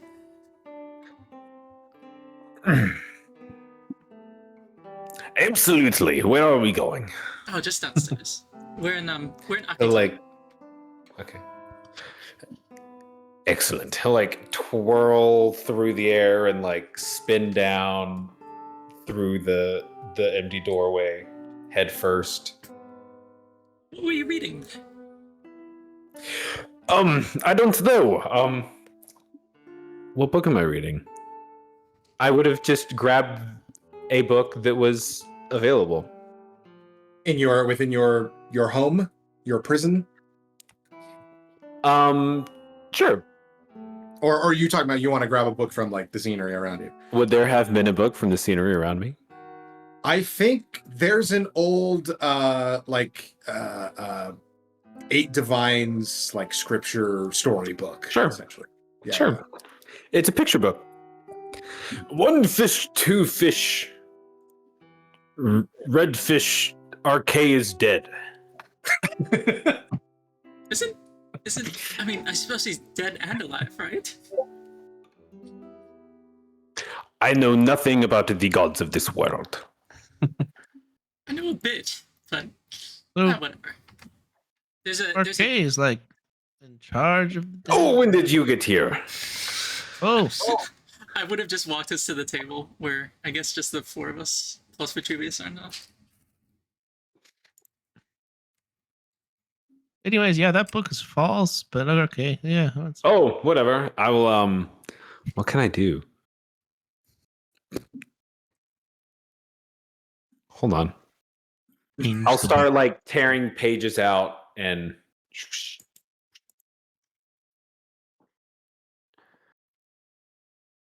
making confetti out of the pages of the book. Only a kid's book. There's only like 5 pages. Oh. A 1, a 2, a 3. We're gonna know how many licks to the center. All right. Do y'all head down? Back down? I mean, yeah, we would have been talking and walking back to the table. Okay, gotcha. Floating, actually. Sure. Indeed. I think there's an eruption of drunken alarm as Vitruvius comes down the steps. As everyone's like, what is that? I'll have a minor illusion of like I'm riding on a thundercloud. It's like got the lightning like in the thundercloud that I'm sitting on it. Oh, okay. I think in all of this excitement, that's going on, I think Terry gets up on the bar and just goes, "Only at the 5 Flagons will you find creatures like this." All right. So keep coming. As she starts yelling, I'll like swing around my bagpipes and just soaking in it. And everyone's just like cheering, yeah. I think Costello speaks up near you, Nico, and just goes, "Can you point me around the room for a moment, please?" Oh yeah, of course. Oh. 1, 2, 3, 4. Where's We're missing 2 of you. I thought we were celebrating. Where's Blandon and what is it, Gaia? Yeah, I think they're sleeping. They're resting. Sleep is. I mean, I don't require sleep. They definitely do. Especially how when soundproof he's are the growing. walls in this place? Oh, it's a little drafty, so not very soundproof at all. Well, all right. It's a shame, though. I guess I'll wave over Terry. Okay, so 3 of us for... Are you sure you're not interested in this 5 Flagons challenge? Maggie, Nico? I don't got the stomach for it. I just I know. think we'll just I'm gonna- watch. I think it's more fun to watch. Yeah, I think I'm just gonna. What is this challenge? I agree to get drunk, but what is this about a challenge? Oh, Terry, do You. you mind explaining the challenge again for our friend here? And he comes over with all 5 of the flagons, like ready to go, and just kind of like start setting them on the table. Just goes. So the idea is you have to drink all 5 of these without puking yourself or falling over, and you have to walk 1 lap around the interior. And this is like this little guy with like a full head and beard of like curly blonde hair that completely covers his entire face except for the eyes and nose.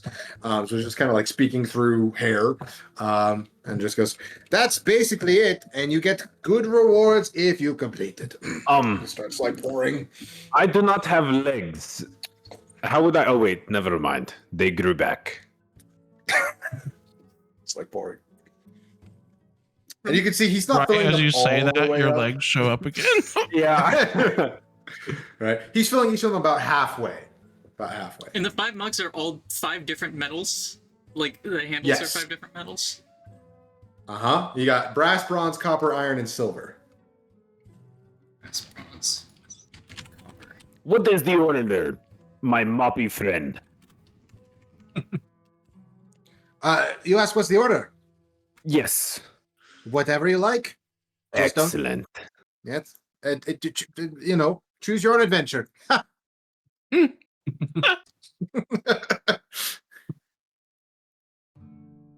So, who's going first? Oh, it's I It's a think one at a Nico time should go thing? first. Right, so 1 at a time thing because you got down the whole thing. Unless Nico is too yellow. Yellow. yeah. The twins are out.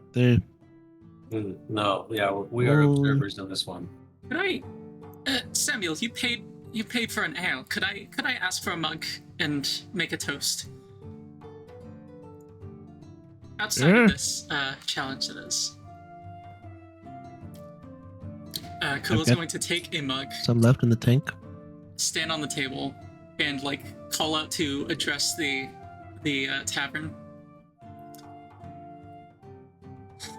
Hail, 5 Flagons! I am Kublo of Tempest Tides. Our party lost a great man recently, and I would like to make a toast to his honor. Dwight of Helsenbog. He offered his line in duty. He died valiantly. I offer this mug to him, and Kublo is going to chug the mug. Okay. Make it a performance or persuasion check for me. You're chugging before the challenge. The entire time that Kubo is making that speech, I'll have switched to my lute and I'll have been plucking a heroic tune. Mm-hmm. So roll with advantage. And you said which were my options? Persuasion or performance. She's got a plus As you're rolling 0 that, for either. I'm gonna like float down to Maggie and I'm just gonna ask, who in the 9 hells is Dwight? Oh, she's deafened. Oh, never mind. I'll float down to Samuel. Who in the 9 heavens is Dwight? That was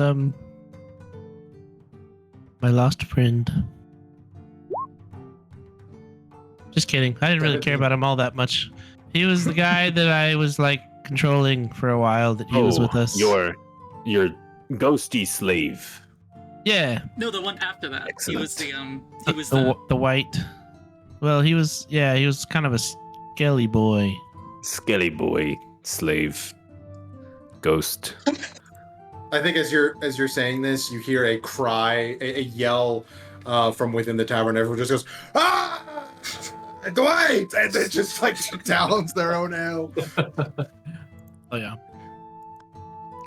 I guess I will go first at this 5 flagons nonsense, and I'll go pick up the bronze flagon and Before you can, Terry comes up and just goes, "Wait! I have to make an announcement. Each of these is a very special occasion because we all get to see you upchuck or be victorious. Most likely the first one. Everyone, shut the hell up! We've got we've got a challenger here to do the 5 flagons challenge. Say it with me. 5 flagons challenge. That was a little weak, but 5 flagons Sure. challenge. What is your name? Points to you for sure. Oh boy. I'll warm up the bagpipes. My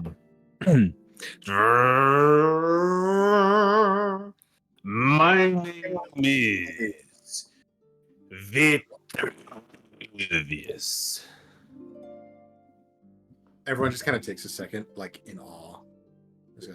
And as I do that, I will like keep the cloak billowing, and I'll play a little bit on the bagpipes, and I will say, "Us tempestuous tides have traveled far.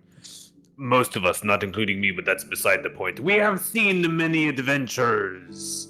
Most of us, not myself included, but most of us. But we are here to do the... What is this called again? The 5 flagons? Give me The an 5 idea. flagons. The 5 The 5 flagons. flagons. And we wish to give you guys a real showy treat from us. And I'm going to cast motivational speech. Okay. What does that do again? It does everything. Indeed, as every other mechanic in D&D does. So allies, staff, innocent bystanders to exhort and inspire them to grant us whether they have blah blah blah. Choose out of 5 creatures within range that can hear you. For the duration, each affected creature gains 5 temporary hit points and has advantage on wisdom saving throws. Gotcha. So Don't which 5 know. creatures? The 5 of us that are down there. Oh yeah, fair enough. So yeah, okay. Yeah. Awesome, fantastic. I'll say like mid-speech or like right after you finish that, one guy in the corner just goes, "Get on with it! Drink! Drink! Drink!" And everyone starts shouting. Okay, and then I will grab the bronze and down it. Okay, go for it. Now, this is going to be a Constitution saving throw. Okay, I was figuring that, but Yeah. on the off chance that it was wisdom, I was like, you know what? Maybe these are tricky. All good. But I will say, if there's any other, abilities you have, or if you have an argument to want to use a different ability, I'm open ears. You also, I'll be standing nearby, and everybody gets +4 to all saving throws. Oh shit. Oh, really? Nice. Yeah. Okay, so Constitution. So I'll say it's going to be an incremental DC here. So it's going to start at 10. It'll go and it'll slowly increase as you go up. So I'll tell you the DC every time when you make it.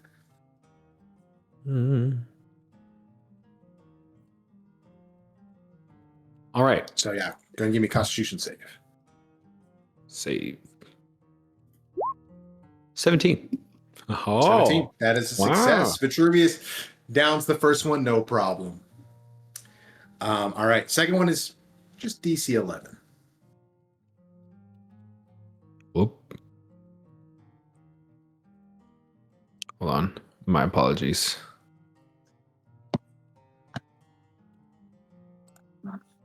Where are...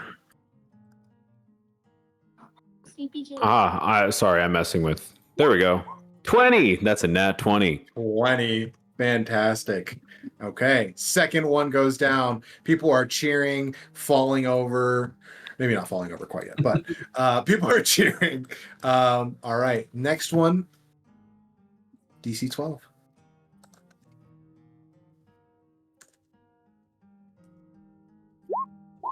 Five. +4 makes it 9. Makes it 9. It was close, but Vitruvius, mighty as he be, and I don't with a 5, I don't think you're like puking your guts out or anything. I think you just kind of feel like a little rumble of air. There's a little gust of wind within you that doesn't feel comfortable, and you're like, maybe I should stop. Yeah, but with this challenge, you are allowed to fail 1 Constitution saving throw. You can continue, but if you fail another one, you will throw up all over the table. I'm gonna continue. Okay. He just won't fail again. I'm okay. So for the next one is going to be what I said for the last one. I said DC 12. This one's DC 14. Why did I roll so well for the first ones? 19. Okay, Hey. Success. You kind of push through. You're like, I got this. All right, and the last one is going to be DC 17.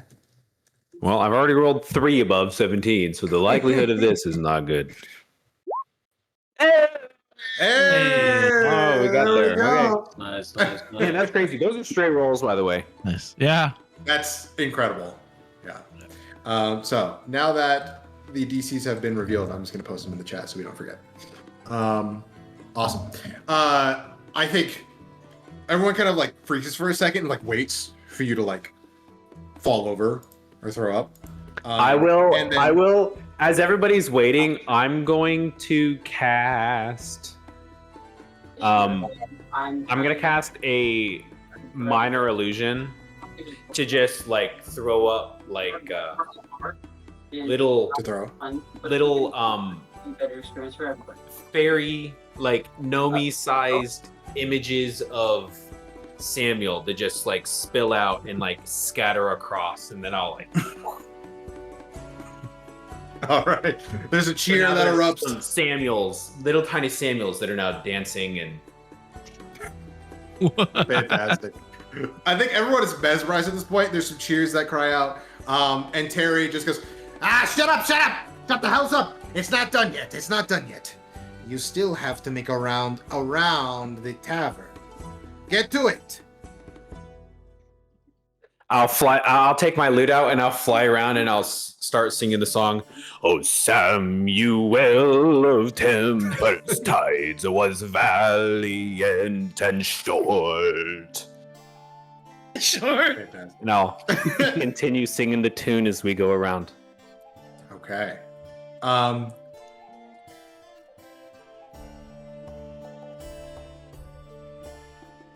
Give me an athletics check. All right.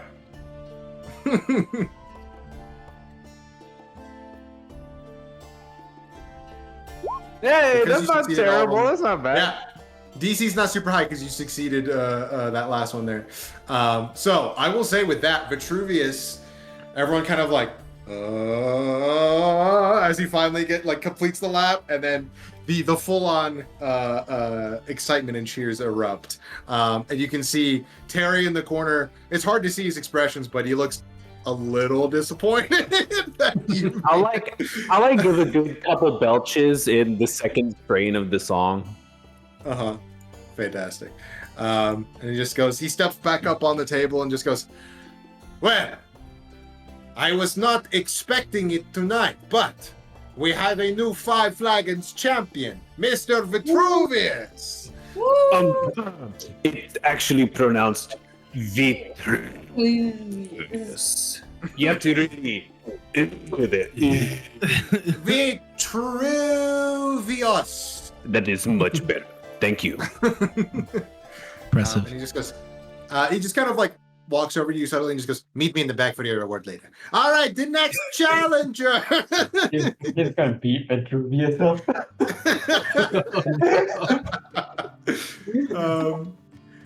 The next challenger is, and points towards your table generally. Who's up I next? guess me. I will, All right. as Samuel steps up, I will continue making up new strains to the Samuel the Valiant.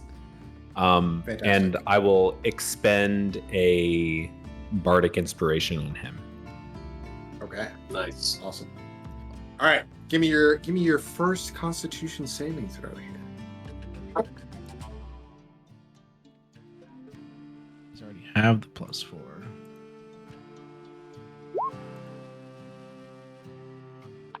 So it's any D20 test. You can roll the bardic inspiration die to add the number rolled.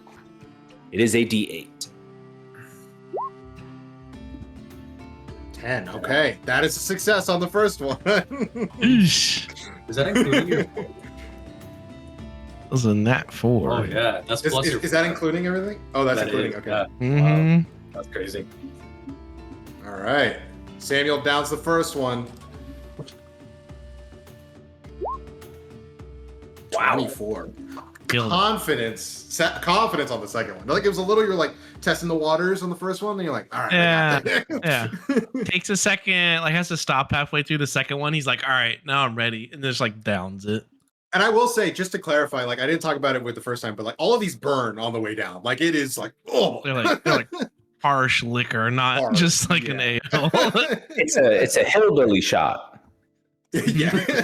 it's like homemade moonshine going on. Yeah. Here we go. 20. Another Hey. success. Third one down. I think those of you that are paying attention, Terry's looking a little nervous. It was like, this is. He was like, this is good stuff. Yeah, I like it. 17. That's a success on the fourth one. Terry starts sweating. I could do this every night. This is wonderful. DC 17, last one. Okay. The 8. You failed the last one. Okay, I look at Vitruvius and I'm like, oh, yes. You're starting to feel it. Oh, okay. There you go. So He sings some new line in his song about Samuel, and it exactly. keep it down. Vitruvius' song. Gauntlets large, upscale his frame, make him look even smaller. Even smaller. Oh my god. Is the whole Dude, song no. actually just like a diss on Samuel? It's About how small he his is? first ever diss He's track. the one to make That's so me funny. cry. I think Costello in your lap, and Nico just goes, it's funny because Remington is much shorter. Is Remington with us, by the way? No, he's Well, gone. he had left. Okay, cool. He's doing his own thing. I think yeah. So Samuel, now at this point, having succeeded every single Constitution save, it is a simple DC 10 athletics check. Oh wait, no, I'm good at that. We're good. Famous last words. It's fine. Actually, I'll say like, yeah. Okay, cool. I was gonna say like DC 8. Like it's not hard since you succeeded all of them. Okay. With a flourish, Samuel completes the walk with pride. He does like a yeah. He does like a little like he does like a not a crazy like as if like when like in baseball when they hit a home run. He just does like kind of like a nice like he's kind of like he's smiling He's a like little hell yeah like little jog, and he like does a little like baseball like slide into the front door. Heck yeah. I think the cheers erupt once more, and even kind of redoubled because like I think you actually hear one of the like an older like orcish kind of man just kind of go, "I've never seen two champions in the same night." Just kind of clap someone on the back and then kind of like fall into a table. It's real rowdy in here. And I think Terry just kind of comes over to you and just kind of goes, "Yes, congratulations. Hey,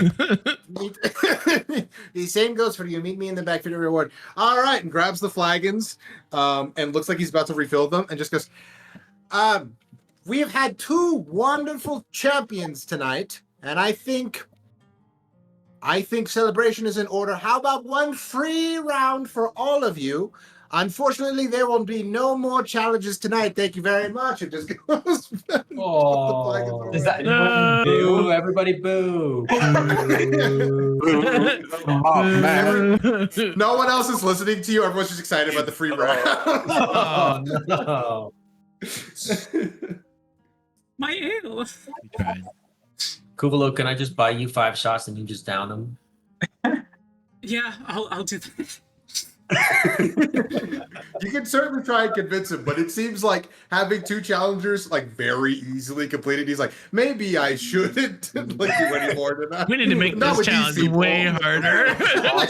Brain. Oh, I was man. promised to become drunk.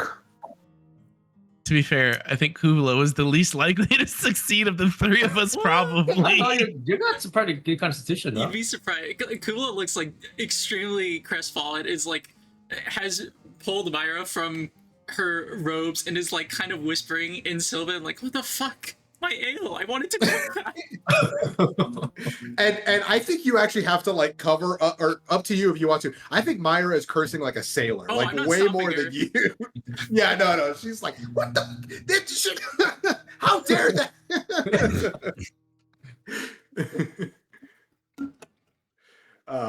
But I think you all have made for a very eventful night here, as everyone accepts their free round, and you get the sense that he was more willing to give out that free round than whatever he was going to have to give to all of you if you did it. But I'll say Samuel and Vitruvius, you meet him. He kind of leads you behind the bar and shows you the kegs that he was pouring the liquor out of, and just goes, "Well, choose your favorite. You get the year's supply of one of them. And by that, I mean you get a free cup on me every time you come in." Just 1 cup. Yes, 1 cup. But if you come in every day, that's 365 of them. Could I just ask for 300? Unless it's a leap year. And those don't exist. No. That's funny. What, Bruna? Nothing. I'm being stupid. Okay. What was like the strongest one? Shoot. I have a. What was- wait, no, that's- The one I got a nat 20 on, was that the 4th one? I think so. No, the second one. That was the second one. Whatever the second one was. Okay. Yeah. I have something for this if I can find it. Oh, here we go. Okay. I think for you, Samuel, the one that you would pick would be it's called Akim's Brew. And then for you, Vitruvius, God, I can't believe I forgot your name for a second. It would be Black Peak Ale. Oh. You can see those names are written down on the barrels there. That's the one. May I be able to collect my free drink at this time? I mean, you technically just had the cup for free. Very well, very well.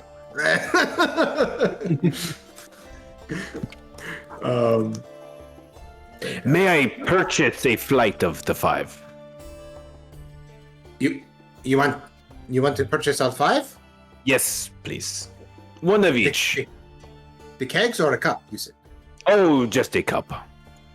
Oh, just a cup of each. Oh, okay. It'll be 10 gold. Excellent. Whoa. Wow. If Which you is would, extremely expensive for Yeah. anyone, like your average person in town. I like reach That's in my the top pocket and shelf. just like pull out a handful of gold and start.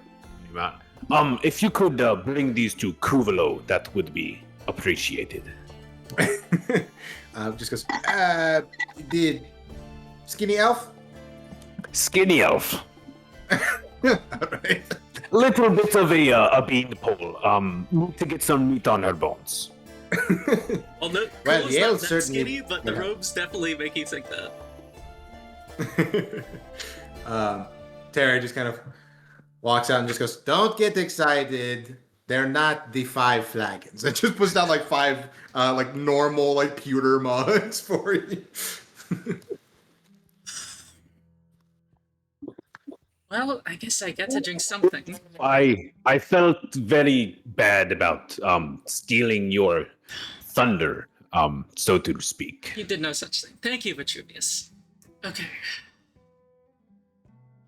Well, all right, Myra, count me down. 5, 4, 3, 3, 2, What happened?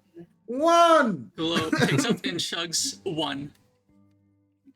Okay. Yeah, give me a Constitution save. Yeah. You're just doing a bootleg version now. Without the hype. with no reward. Go. No, the whole party's hyping her up. That was a Listen, natural There we 20. go. Yeah. being hyped up by the bar. But Oh, the whole no. Let's go. Oh, Honestly, I'll reward a nat 20. I'll say you succeed the first 2. So let's jump to the third one. Wow. Sick.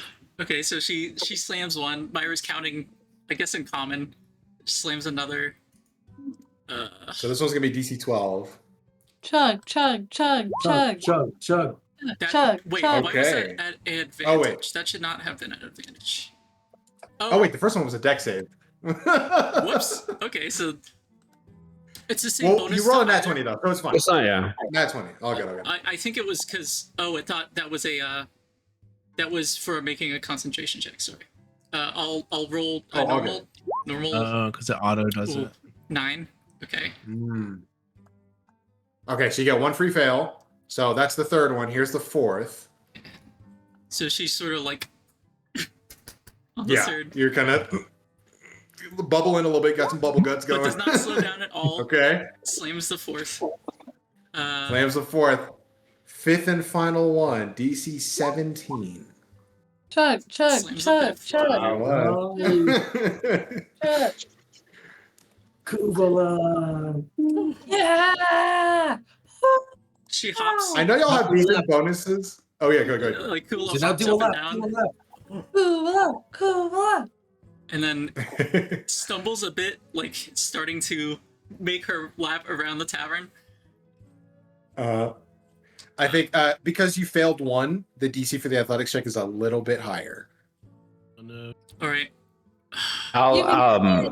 I'll do a strum and I'll make a strain about Kuvalo and give her a bardic inspiration. Yeah. Kuvalo again. So it's DC 12 for this. DC 12. You can do DC 12 it. athletics. 11. 1 under. Plus the bardic. Plus the bardic inspiration. We're good. Hell yeah. I think she stumbles at the start and is like trying to sing a song in Elvish to herself as she makes the round, and like hearing Vitruvius sing is like trying to like follow the melody a bit, but is not quite getting there because she just slammed 5 rounds and stumbled back to the Maggie table, just like over to Nico and go, she's not a very good dancer, is she? Leave her alone. Just having fun. No, I know. Like, she's drunk. Castella's like, be nice, be nice. it is not graceful. I when can't she, dance. She stumbles Not over yet, and like Castella. Not yet. walks over to Vitruvius, like arms outstretched as if for a hug. Then passes out. I'll like shrink down, I guess, or like float down. Oh, thank you. Return. Thank you, friend. Thank you. That was so worth it. Oh. Let it out. Let it out. Yeah. Oh. I haven't done that since. Oh, Myra, when was the last time I? It's been 2 years since I drank like that. Oh. Okay. Oh. She sits down and her head slams on the table, and she's like, just kind of groaning there. I think anyone, like, just the progression. Terry is like helping out some other people and then just kind of looks over and notices that you've downed those and just shakes his head a little bit. That was a close one. That was a close one. 3 free drinks a year. Oof. Of like top shelf stuff. Yeah. She's losing tons of money on that. Fantastic. Awesome.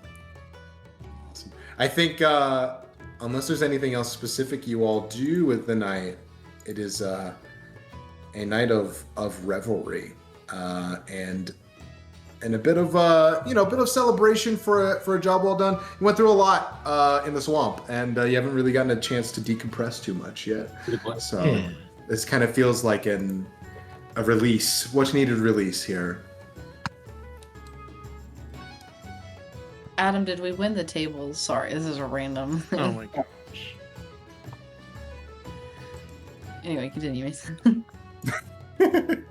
Nico in the last session had bought some earrings. Some like diamond Yes. earrings. Can I use those to make one of my magic items? Sure, yeah. Okay. Enchanted earrings. Enchanting these earrings, boy. I want to enchant them each separately and make them both spell refueling rings. So these will be Interesting. 2 of my 3. Would that be something I could do? And kind of Yeah. put them on like a chain so that somebody can kind of wear it and just have it. It's like just like Sure, yeah. Yeah, that's fine by me. Although, up to you. I will say, I'm totally okay with the reskin, but I think I might rule that you would have to wear them as intended. So like the earrings would have to be worn. Okay. Cool. Okay, I'll leave them. Did we? Okay. Cool. Can I steal Casello from? Are you Awesome. you asking Nico? Yeah, I guess. Okay, yeah. Like, yeah. Yeah, here. I'm just gonna borrow him for a sec. Hello. I want to go away from Nico, though. Okay. Do you want to go back up to one of the rooms? Sure. Okay.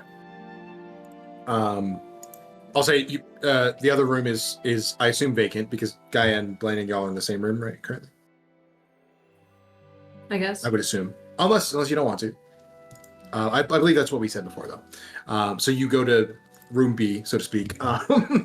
And I think Cassell just goes, I am very curious as to what you might be wanting to speak to me about. This was a lot of very loud revelry and celebration going on, so I'm curious about what kind of private conversation you want to have away from everyone else's prying ears.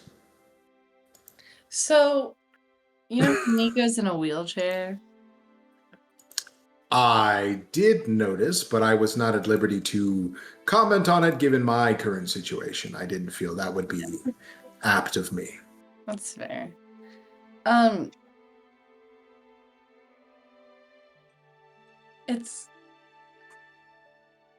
It's kind of my fault. Something that happened when we were little.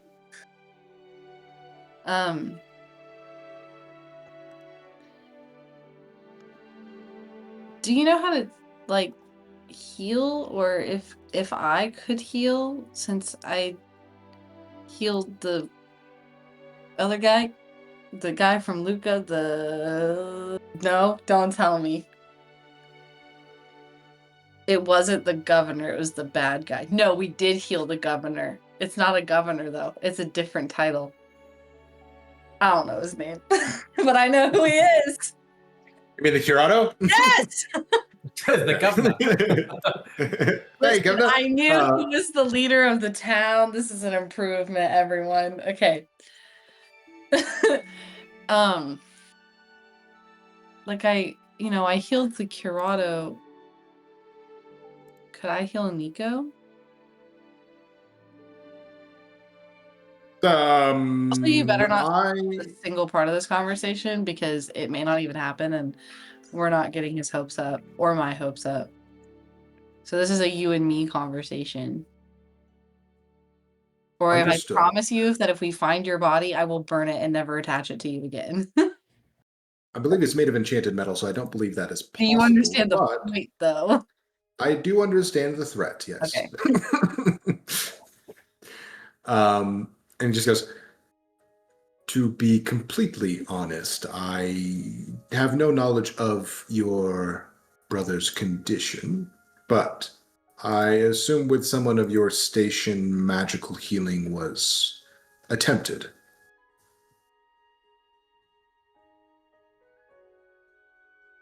Maybe. I would say it was, yeah. Yeah. Like you definitely had, clerics come by and people kind of trying to, Right. inspect Nico's position, condition, all that kind of stuff.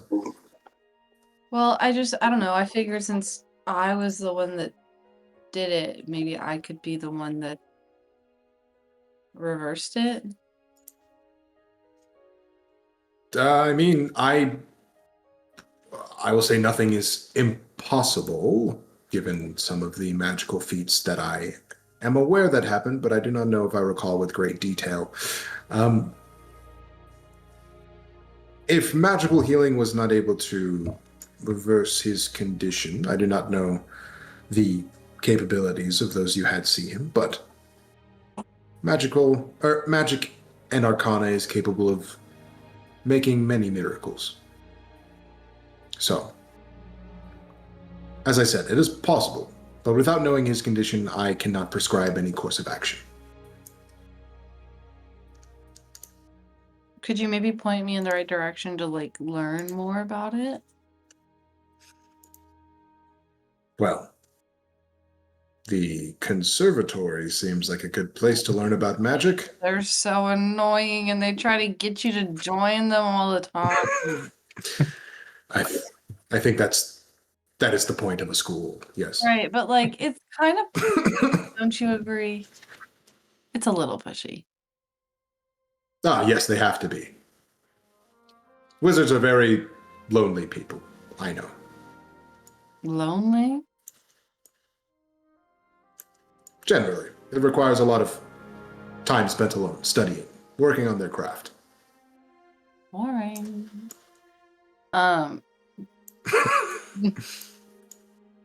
Maggie says, knowing full well that she's spent hours and hours and hours on a politician.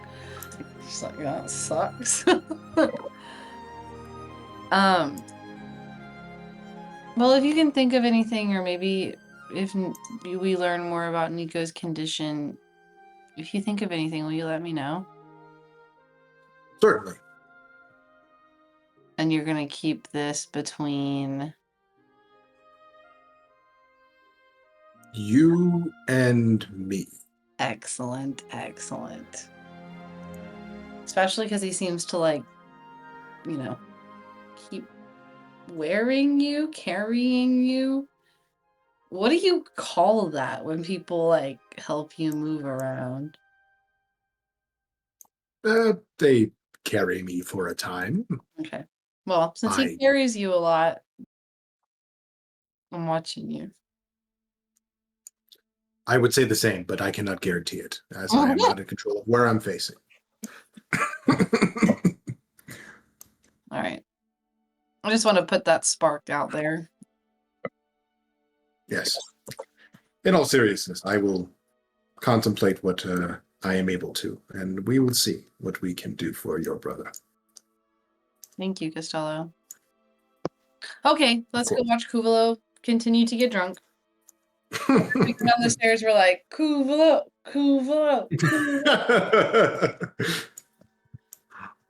I'll say when you go back down, Kubulo has definitely helped herself to a couple more mugs of ale.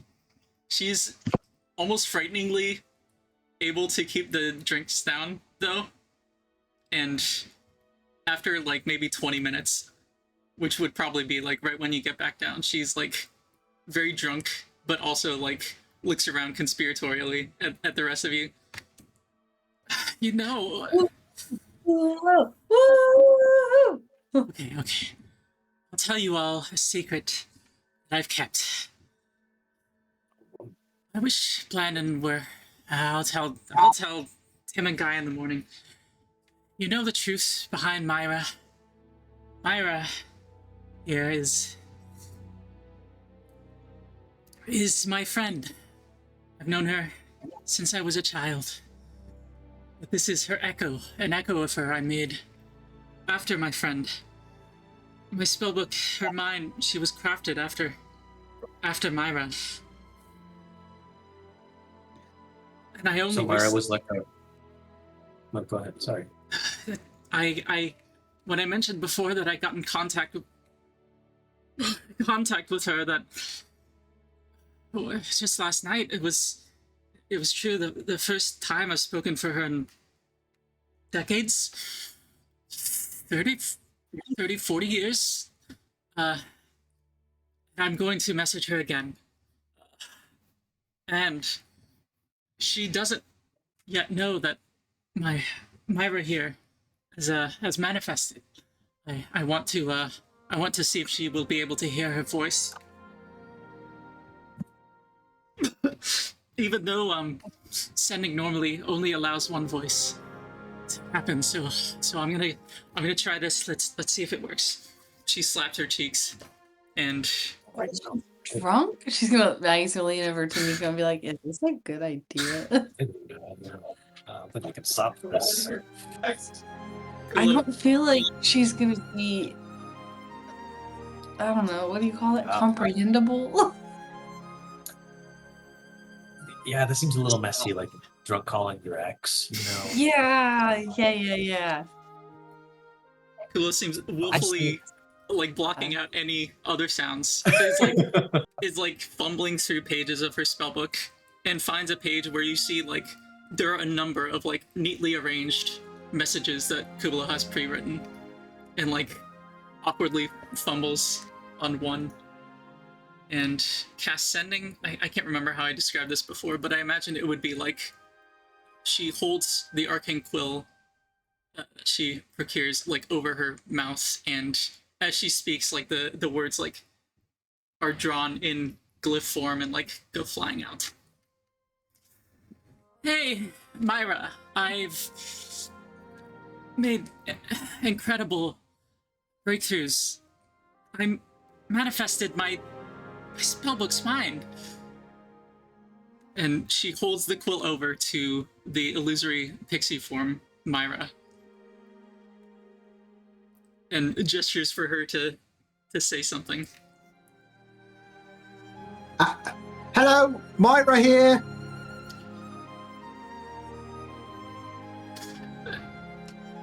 I'm so drunk.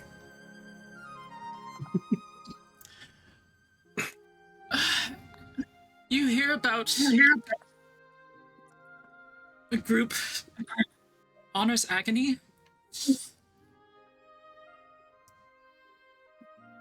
And that's 25 words. She stops at that point. Awesome. I think there's a momentary pause that seems a lot more prolonged for you, given your state and the raucous nature of this room. But you do get a response. Someone count for me, because I want to make sure I don't go over the limit here. She just goes, "Flying fairies, that sounds just like me." I'll say she then just, Honor's Agony sounds bad news. I've been dealing with the Dark Hunt. Gotta keep a low profile. Been betrayed. Been Is that it? I Been think betrayed. I think betrayed gets cut off. Yeah. Okay. Which is kind of important. Oh no. Did you say dark hunt or dog hunt? The Dark Hunt. Dark. What's that? It's book 2 of the Which, Wheel of Time. You guys should go read it. It's my favorite of all of the 15 books.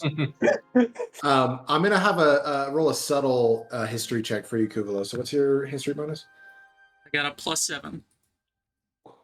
+7.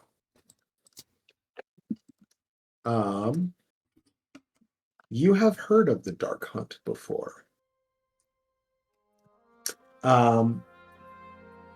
They are an organization, or I guess you could call them an organization, but more like a cult that lives within the Feywild, that take part in these violent and sadistic events that they call the Dark Hunt, or they call the Hunt, where they, or sorry, yes, my bad,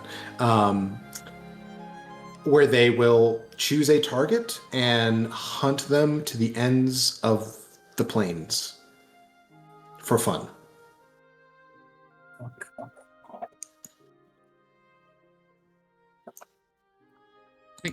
Kulo, her expression darkens. Okay. Oh, yeah, she's in with some dark people. The Dark Fund. They're bad news. She said she cut off. She said she's keeping a low profile. She's been bit. She's been picked on. Is she doing okay? Ugh. I don't want to send another message yet before I'm ready. Who wants me to bother Helmsen, that one plane traveling woman that carried Costello? Oh, that seems fun. Yeah. Dualcast sending again, targeting Helmsen.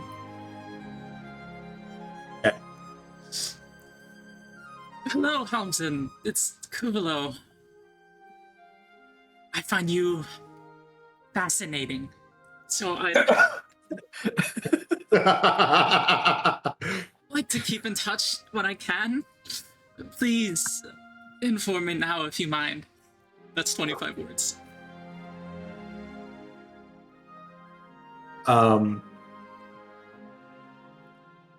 I think you get a very curt response from Helmsen. I think you hear a kind of busy. That's about it. It's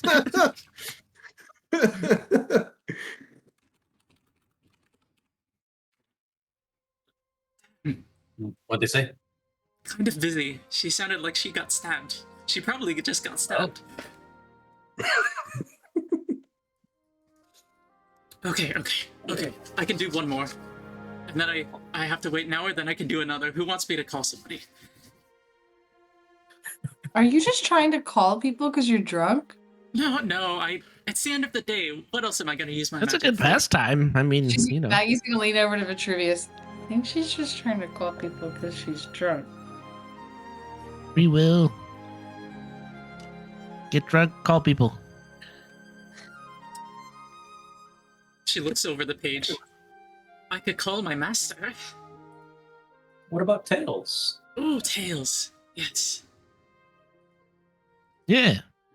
Shit, I haven't written a message for Tails. What should I say? What's up, Tails? Busy? I don't know. He's still with the Curado, right? Yeah, he stayed. Ooh, we could ask how Luca is. Yeah, we can just ask if there's anything new. See, this spell gives you 25 words, but really you lose some because I have to end the message with an explanation. I'll need 8 words to say for this spell. Oh, my head. For this spell, reply now within 25 words. And then I usually try and give an introduction. Say, hi, it's Kubalo. So that's 3 words. You could start with Kuvalo here. What up, dog? That's still 3 words. Cavalry's here. He's a cat, Maggie. That's why it's funny. Oh, that's good. Maggie's gonna say that like she definitely meant to do that on purpose and was not just being dumb. I think just save the 8 words and just assume they know that they can reply. Or you could just end with keep response short, please. Not even the cut the please. Or, Too much. No, you're right. No, you're right. Too Keep much. response short. I've got a 5-word. Reply now within 25 words. That's better. So Do we have to tell him to reply? Well, Don't you think he probably knows he can reply? not Is everyone. 25 1 or Also, 2 do you have to words? say now? That's an extra word. I feel like he would know how, like, he could reply. He seemed magically knowledgeable. blind. This is a defined Not practitioner, but inclined, knowledgeable. not everyone is. I don't know. I try to assume that not everyone is as studied as I am, so I had assumed maybe I should just cut. Yes. Just go for it. Just Yes. Just speak from the heart. I'll speak from the heart. Casting sending. Hello, Tails. Kublo here. What's up? You fine feline. You fine feline. You're such a great friend. ask This him how is he's a doing. drum You need to fault. This ask is 100% a drum how's fault. Luca. How is Luca? Are you doing well? How are your writings? Reply within 25 words now. Reply within 25. That's it. Probably 25. Oh, goodness. I think you wait 20 minutes. 25 minutes. Yep. I think you wait 20 Reply minutes. within 25. That is He spent 20 minutes being like, what did to reply within 25 mean? Words, minutes, hours, days. Like that joke, and the doctor starts counting down. Yeah. And I think you hear, I've heard of magic like this.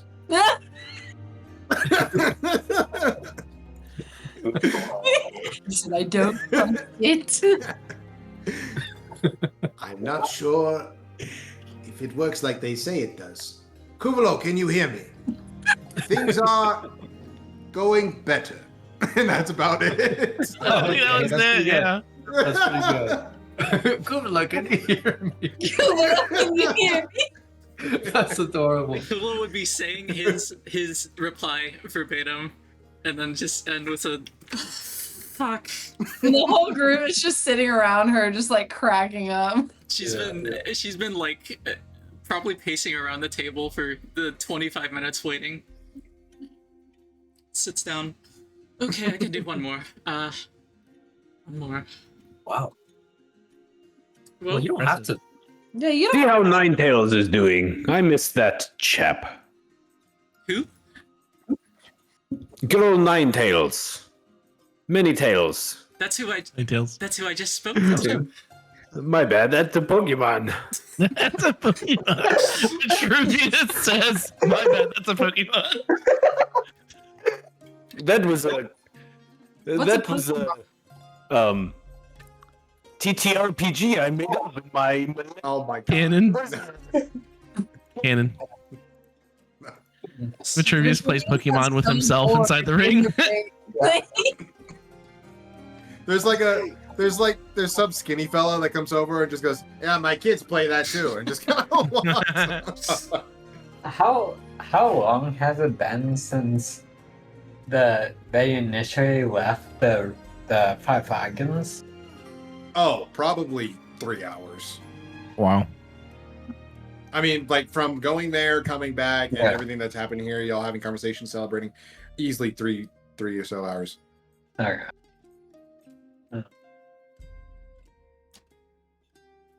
I would say at some point in the night, Landon wakes up to go pee, Okay. and then Still a party. Yeah. You have to go outside to go to the bathroom. There's no interior Oh, latrine here. yeah, I'll put he'll go outside. Then Gotcha. Does he have to walk through the main area of the tavern to get? Oh, absolutely, yeah. As he walks in, I'll change the whatever tune I'm doing. Oh, Blandon the tall, he's much taller than the short and valiant Samuel. He had a nap, but Hey, at he's least you back have. for a drink. He steps outside to take a leak. Nice. Yeah. Dick. Nice. God damn it, Spencer, take inspiration from that. That's hilarious. Nice. Oh hell yeah! Fantastic. I think during that, Landon would just stand there, stupefied as to what's happening, as he's slowly starting to wake up. Mm-hmm. And then if people are staring at him, he'll just quickly go outside. Okay. But after he does his business, does this place have a roof? Yeah. Can I climb it? Sure, make an athletics check. Okay. I cannot believe that I made that rhyme. That is That's good. That that is was insane. that's good. Athletics. Vitruvius dropping bars. Mhm. 11. Ooh. 11. Takes a little while. You're still a little sleepy, so you're like Yeah. trying to get up there. Yeah. But there's enough damage to the outside of this building that you have some footholds to get up there. And I'll say there's like a stack of boxes next to it that gives you a little bit of a head start. But yeah. Okay.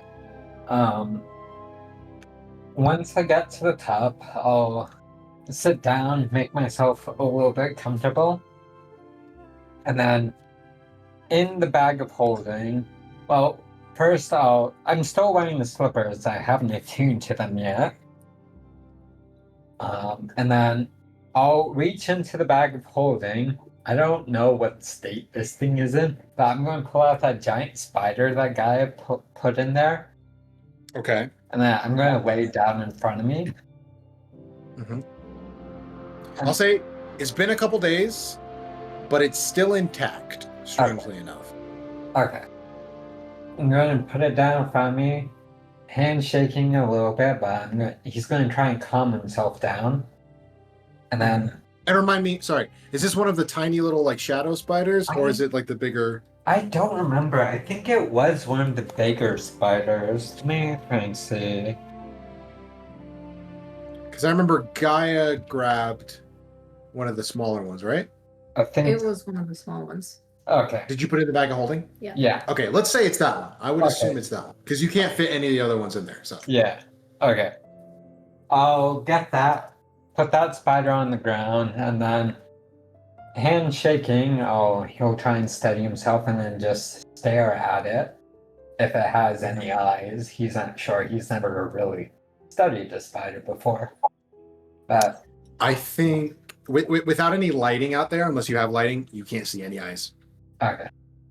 But he's going to see where it is in general and just kind of focus on it, but at the same time, try to start envisioning how the spider climbs on the walls and how it moves around during those fights.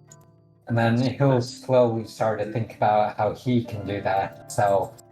Whether he'll be on all fours or whether he'll be on just two legs. He'll just slowly start thinking of himself moving like a spider does. And that Nice. I like it. I want to spend that time attuning to the slippers. Hell yeah. Hell yeah, man. I also have one quick retcon from last session. I said the slippers like shaped to your feet initially. That probably wouldn't happen until attunement. So like when you put them on, they're like hanging off of your feet because they're a little too small. Yeah. And then as you complete attunement, they then grow to match your feet. But fantastic, yeah. As you kind of visualize there, and I think what does Blandon do as he feels like he's come to understand how these items work? His hands stop shaking, and he's able to grab the spider without any trepidation. He's able to handle it, but still shoves it in the back of the holding. Line it outside. And then once he does that, once he feels like he understands how to move, he'll stand on the ledge of the roof, or at least the edge of the roof, and just essentially just close his eyes and just start taking one step towards the ground, and then he'll use the slippers to just start walking down the walls the way that he imagined he would move. Nice. Actually, can he find the room that he was staying in? Sure, yeah. I'll walk down that way, and if Oberon's still at the window, I'm just gonna knock at it and see if he see if I can- Vitruvius is like, man, Blandon's taking a really long piss. Somebody better go check up on him. I think you go over and knock on the window, guy. You hear a knock on the window of the room, and you see Blandon. Would you be standing like on the surface of the window, or are you like leaning over, looking down? I'm leaning over, looking down.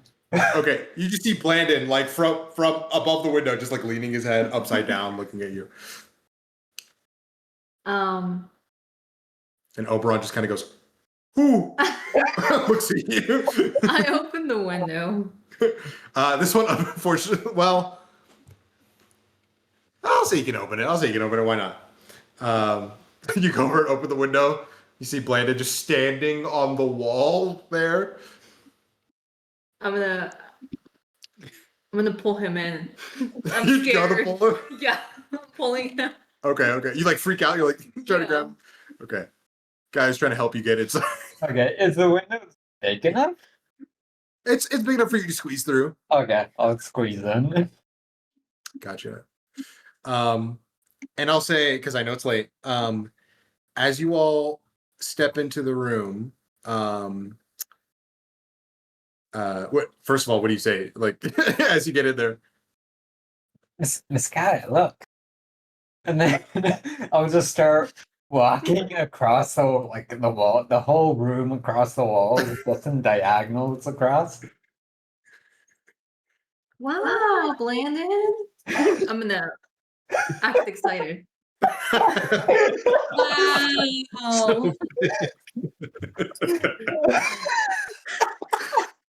I do think Great, buddy. Good for you. that's pretty valid, because I don't think Gaia knows you bought the slippers. You just walked in and started walking on the wall. She's like, what the hell is going on? Hey, check this out. Yeah.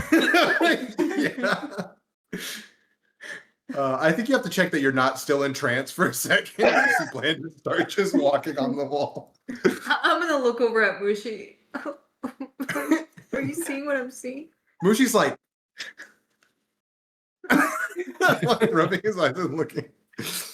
But I think, unbeknownst to anyone downstairs, given the commotion going on and the drinks in everyone's stomachs, I think you two are the only people in this of the party currently who notice a bit of a tremor.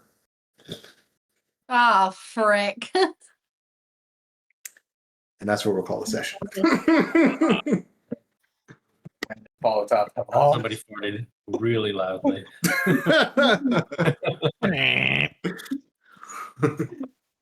Oh god. That was fun.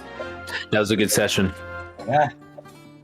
We did a lot that session. It was a productive meeting. I took so many notes. Like it's like more than I've taken in the last 20 sessions. The last time I took this many notes was literally probably session 22. Damn, there we go. Like I have a few notes here and there in the last 20 sessions, and then here we are. Let's go, man. Let's go. Oh yeah, that's fun. Y'all. What are the opinions on Coretan, huh? Scary. Man, I was not expecting that. Of her. All right. I think Yeah. I feel like she's very dangerous specifically to Kulo because when the reason that she likes her is Kulo is thinking, oh damn, if I cozy up to her, I bet she would be able to fund as many magical spells as I want. That's fair. Probably got some deep pockets. But yeah, no. I think generally sometimes at least personally, I feel like sometimes I don't play the kind of straight-laced characters as straight-laced as I want to. So I was really trying to play it up with her, and I hope that came across. Oh yeah. But yeah. Cool. Any other quick feedback before we adjourn? Mm-mm. That was good. Excited to get into the Pretty fun. nitty gritty. Yeah, we got more meetings next session. Oh, buddy. Potentially.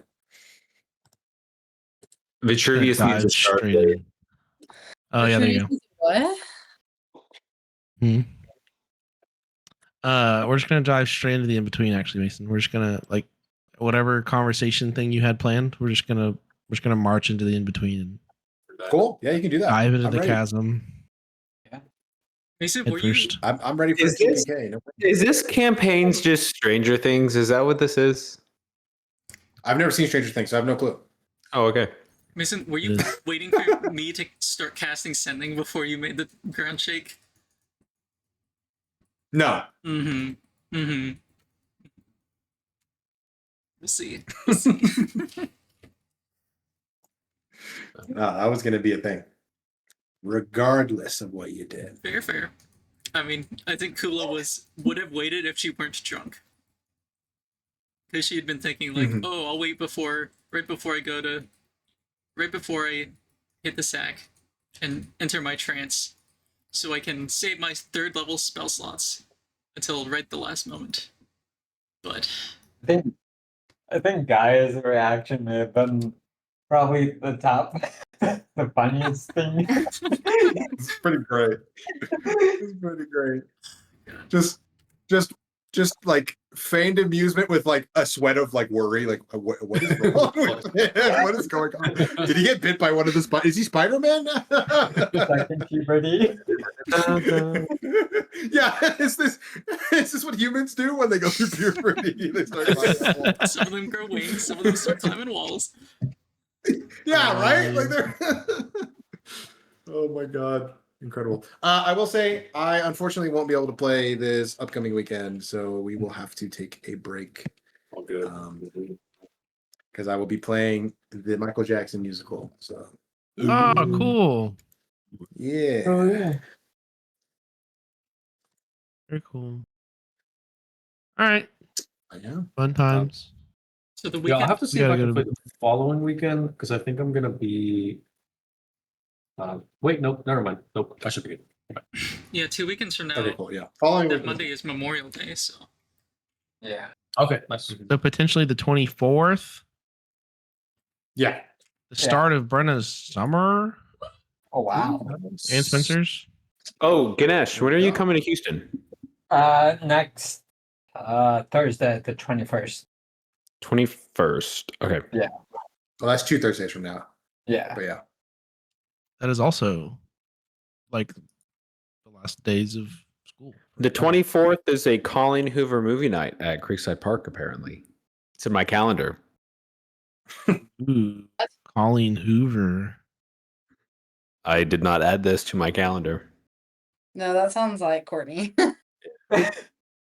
Can we also just appreciate Monsa's profile picture real quick? Because it's Oh. it's Is so it good. Bandit? I love it. It is. Hilarious. It's not Bandit. I wish it was. We can probably recreate Oh man. I should totally Yeah, it is recreate it. You'd be so confused. Like, what the hell is this on my neck? it. Oh man. He would eat it. Okay. So next weekend, Mhm. Ganesh, are we doing a game night with Adam and Brenna? Sorry, y'all Colorado folks. All good. Are we doing that next I'm just gonna hang out with Daniel. Have that magic Yeah. night? A little I don't know Friday why. night Dude, magic? if I get a comp ticket, I'm gonna call you up. Okay, yeah, dude, that'd be fun. I'd love to go. I haven't been to live music in so long. Yeah. Emotional damage. Cool. I'm gonna log Oh, off 'cause man. I gotta work in the morning. Yep. Yeah. All right. Peace, everybody. Good night. See you soon. All right.